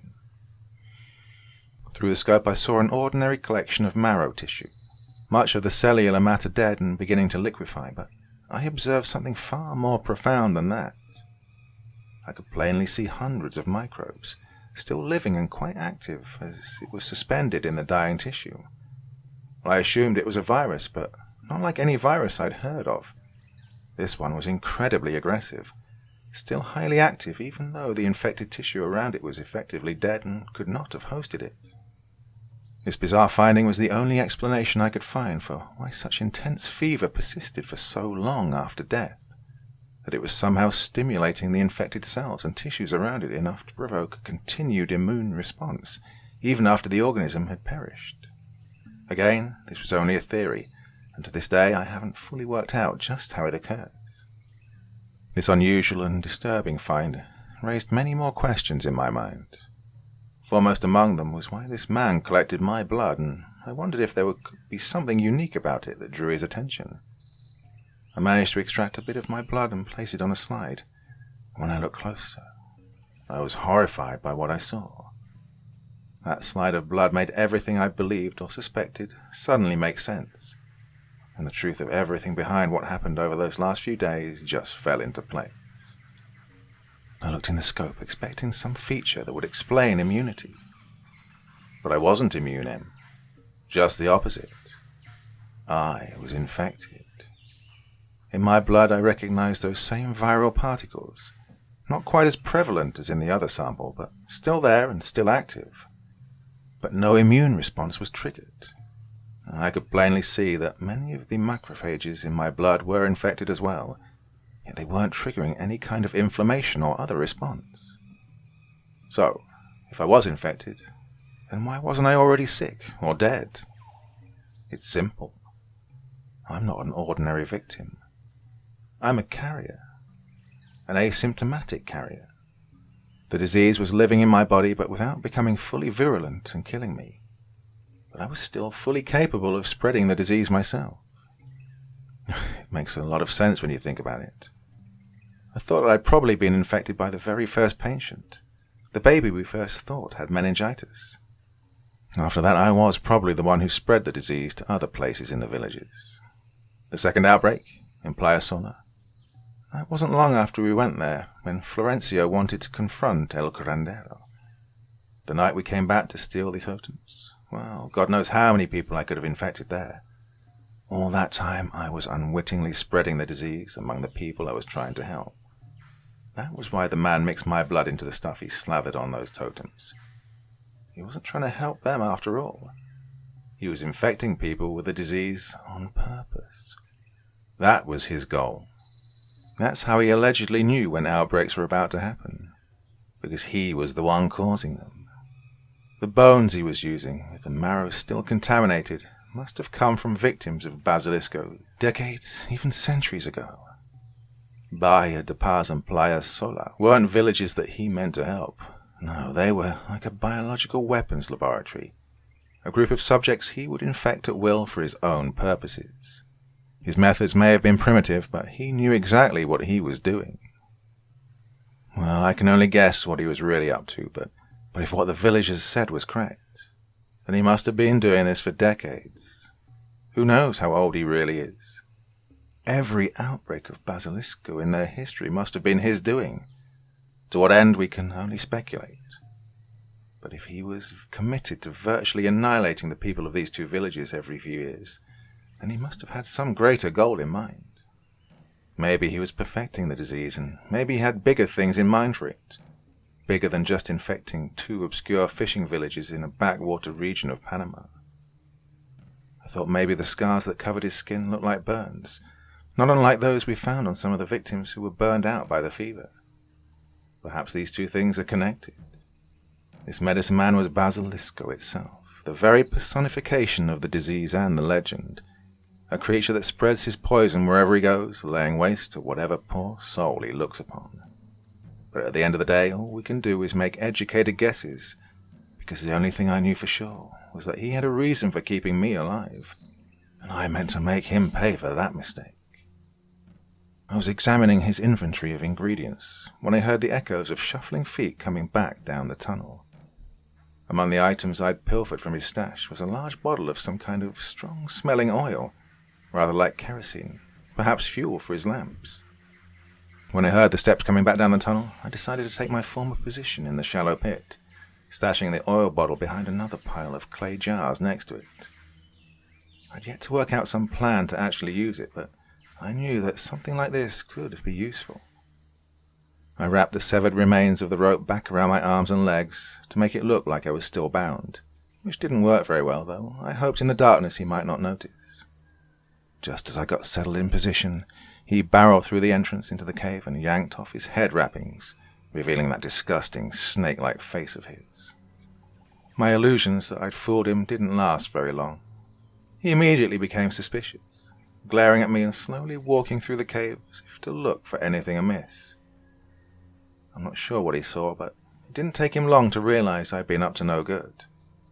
Maybe something was out of place in his workbench, or he noticed the fragments of a broken jar, or maybe he even just smelled something off. He turned his back to me for a moment to continue looking. I tried to move slowly and position myself a bit closer to the oil bottle.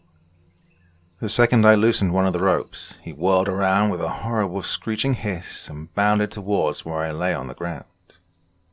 I tried to throw my hands up to protect myself, but he lunged quickly and delivered an absolutely vicious blow right into my face. It was hard enough that I actually blacked out for a second, only to come out of it a few seconds later and see, and feel, that he'd hoisted me up by my neck and was strangling me while my legs dangled above the ground. He shook me around as he did so, throwing me into walls and against his coveted jars of ingredients. As he pinned me against a wall, I decided that grappling his hands wouldn't work, and I grasped around for a weapon. I found one, a heavy clay jug that I swung sideways and smashed against the side of his face. He let out a scream of pain and rage that I had no idea could come from an ostensibly human throat, and thankfully he let his grip falter enough for me to wriggle out of his chokehold. I collapsed, gasping, to the ground, and, ignoring the pain in my throat, crawled as fast as I could to the corner where I hid the oil bottle. I still didn't quite know how I'd use it, though any heavy, blunt object could have been useful at that moment. He recovered from that hit more quickly than I'd expected. As I crawled towards the corner, he began swiping at my back with a sharp object I couldn't see, but I could definitely feel. He got in a few good slashes that laid open some fairly nasty gashes on my back. But my whole body was on fire with adrenaline, and even that didn't quite stop me. I reached the corner just as he grabbed my legs with a shockingly tight and painful grip and yanked me backwards, but not before I got the oil bottle in my hand. As he reeled me in to nearly face level, he brought up his weapon and prepared what I assumed was a death blow. However, I was just a bit quicker. I thrust the oil bottle forward and clocked him on the mouth, sending him reeling back and giving me a chance to get up on my feet.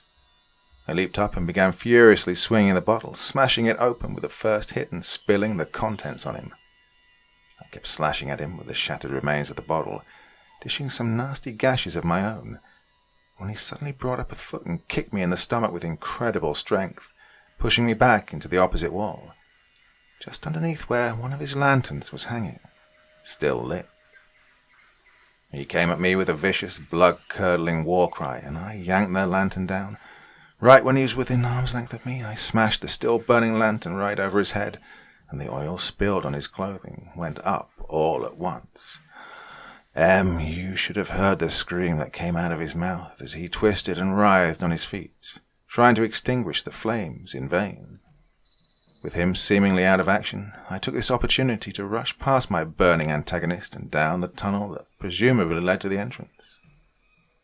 It was rough going through those low and narrow tunnels, but to my relief I finally saw a shaft of daylight at the end of the path, and the screams of the burning man were comfortably far away. The shaft had been dug through some rather dense and sticky soil, which made for convenient handholds to climb up again. I just kept plunging my hands and feet into the earth, scrambling upwards to relative freedom. However, I began to hear that screaming had ceased, and was now replaced by cries of unfathomable rage, and to my horror I saw him emerge into the light at the bottom of the shaft. I quickened my pace upwards, but he wasn't far behind, heaving himself upwards after me. Finally, I managed to pull myself over the crest of the hole and jump to my feet, prepared to sprint back in the direction I'd come, rather than get lost further in the jungle.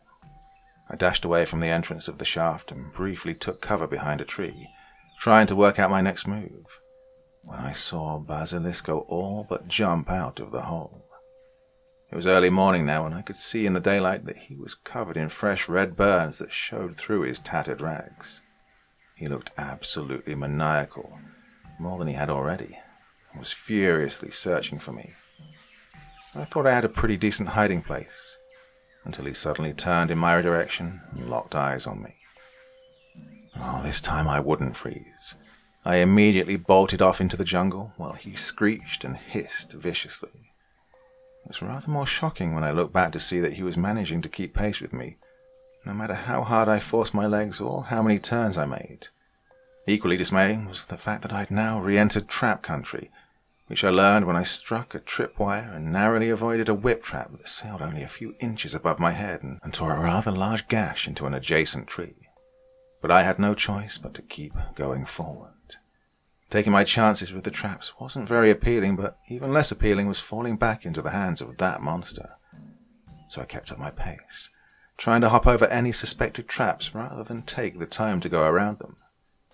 I was doing exactly this when I leaped over a log only to find that the ground on the other side was at a surprisingly steep slope, and I tumbled ass over tea kettle down a hill. Thankfully, I didn't break anything doing this, but I banged my shin just hard enough that I faltered for a few seconds getting to my feet.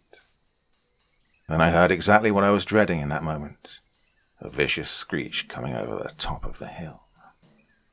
I ran as quickly as I could into the nearest stretch of forest I could see, but my fall had closed the gap between us, and I was rather shocked to see him leap like a damn jungle cat over the log on the hill and land skidding on his feet. Now my legs were beginning to falter. Adrenaline can only push you so far. I now was grappling with the possibility that I might not be able to run any further. My option became to try and outpace him through rough terrain rather than outrun him on open ground. I turned and ran down a narrow gully, jumping over any logs or rocks along the way. But this new plan didn't work out as well as I'd hoped. He was very much keeping up with me through this rougher terrain, and when the gully ended, I went back to flat ground. Ahead, I saw a tree with a large and gnarled trunk that I hoped would have some sort of hiding place among the roots, assuming I could get there with enough time to avoid being seen, which didn't seem likely. It was also up a short rise in the land, which would mean I would lose even more speed, but my legs were preparing to give out anyways. I chose to go up the slope and around the tree, and in that time Basilisco finally closed the gap and was preparing to lunge. I whipped around the corner to hear a horrible laugh, like he knew something I didn't. When I turned back to look behind me, I saw him come around the corner, prepared to pounce. With my last ounce of strength, I made a diving leap to the left and collapsed in a cluster of ferns, narrowly missing his tackle. He went sailing past me and, to my surprise, the ground gave out beneath him. It was a pit trap that he'd landed on, and he gave a startled scream as he went completely in, which turned shortly into a bestial roar of pain. I looked in to see that he'd impaled himself on the stakes planted in the sides of the pit, and he was down there thrashing and screaming like a wild beast. But no matter how hard he struggled, he couldn't free himself. He was impaled through at least 5 places that I could see, from his shoulder down through his torso and all the way to his leg. Grievously wounded though he was very much alive still, even though several stakes had pierced all the way through his torso in spots that must have skewered some vital organs. Whatever the case, I could hardly believe my luck. In that fateful second, I was mentally preparing to be caught and butchered by this horrible monster. But in less than a second, my fortunes had changed so drastically, I could hardly believe I was still alive.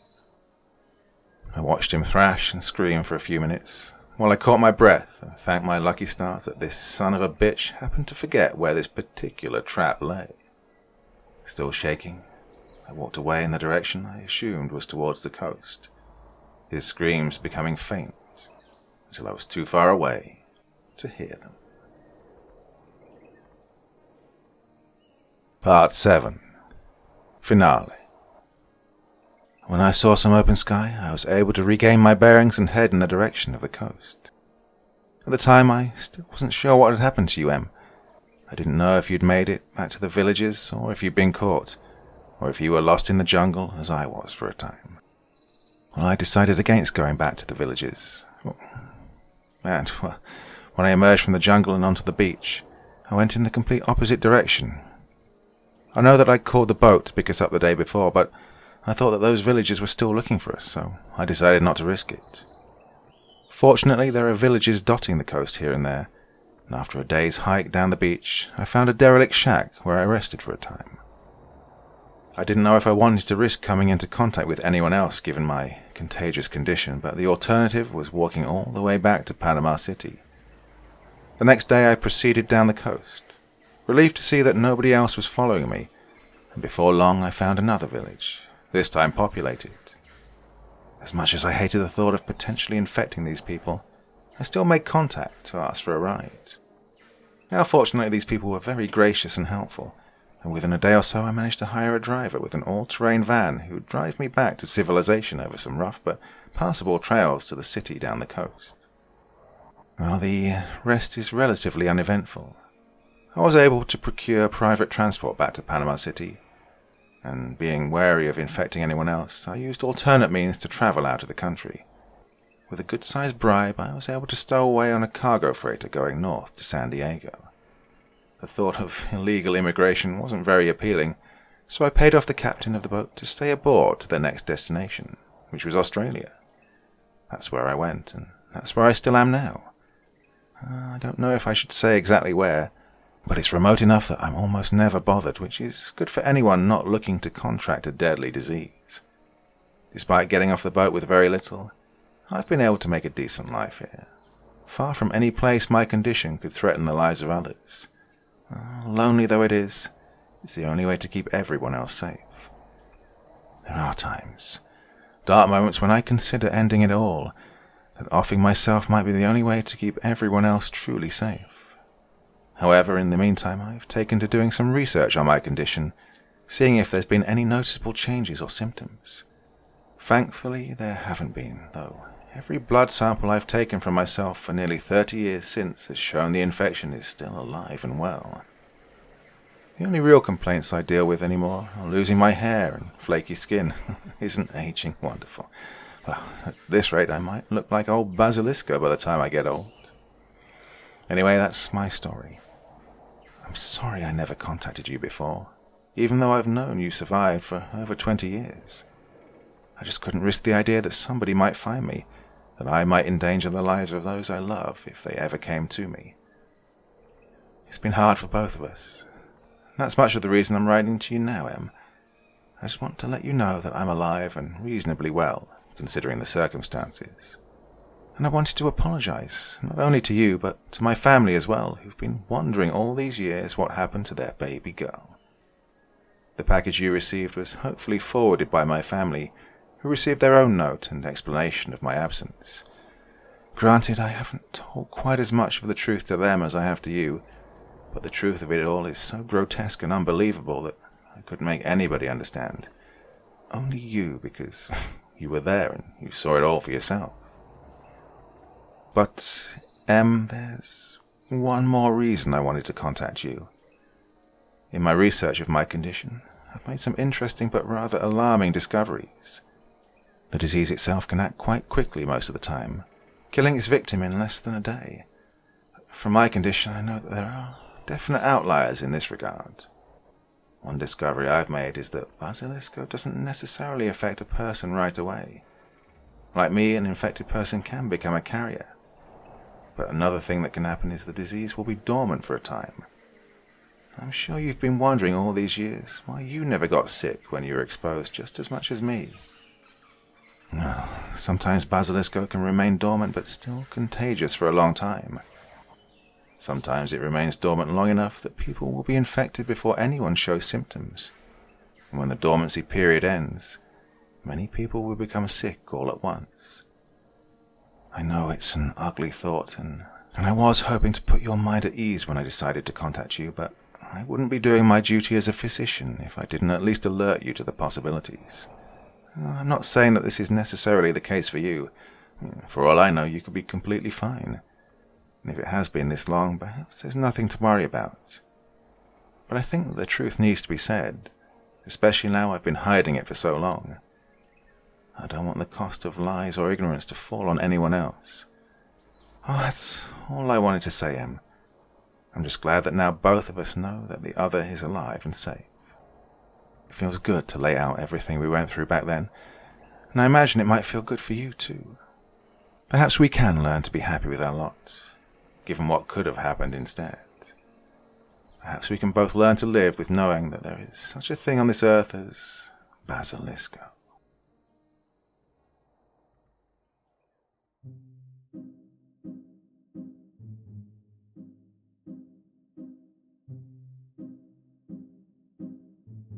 Oh my God. I'm tired. This has taken so long to record.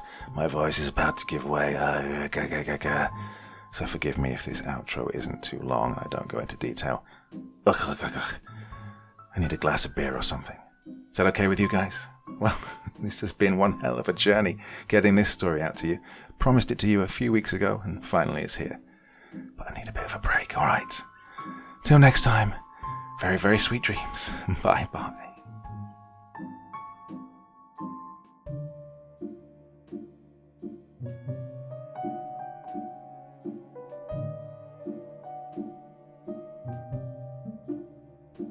Thank you so much for taking the time to listen to this story today. It really means a lot to me and to the author of the story, of course.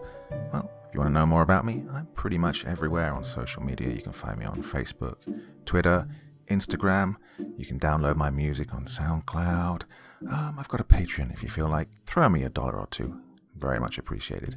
And of course, on Reddit, I have a place where you can leave stories if you want me to read one that you've written. Well, hoping to see you all again very soon. Till then, sweet dreams. Bye-bye.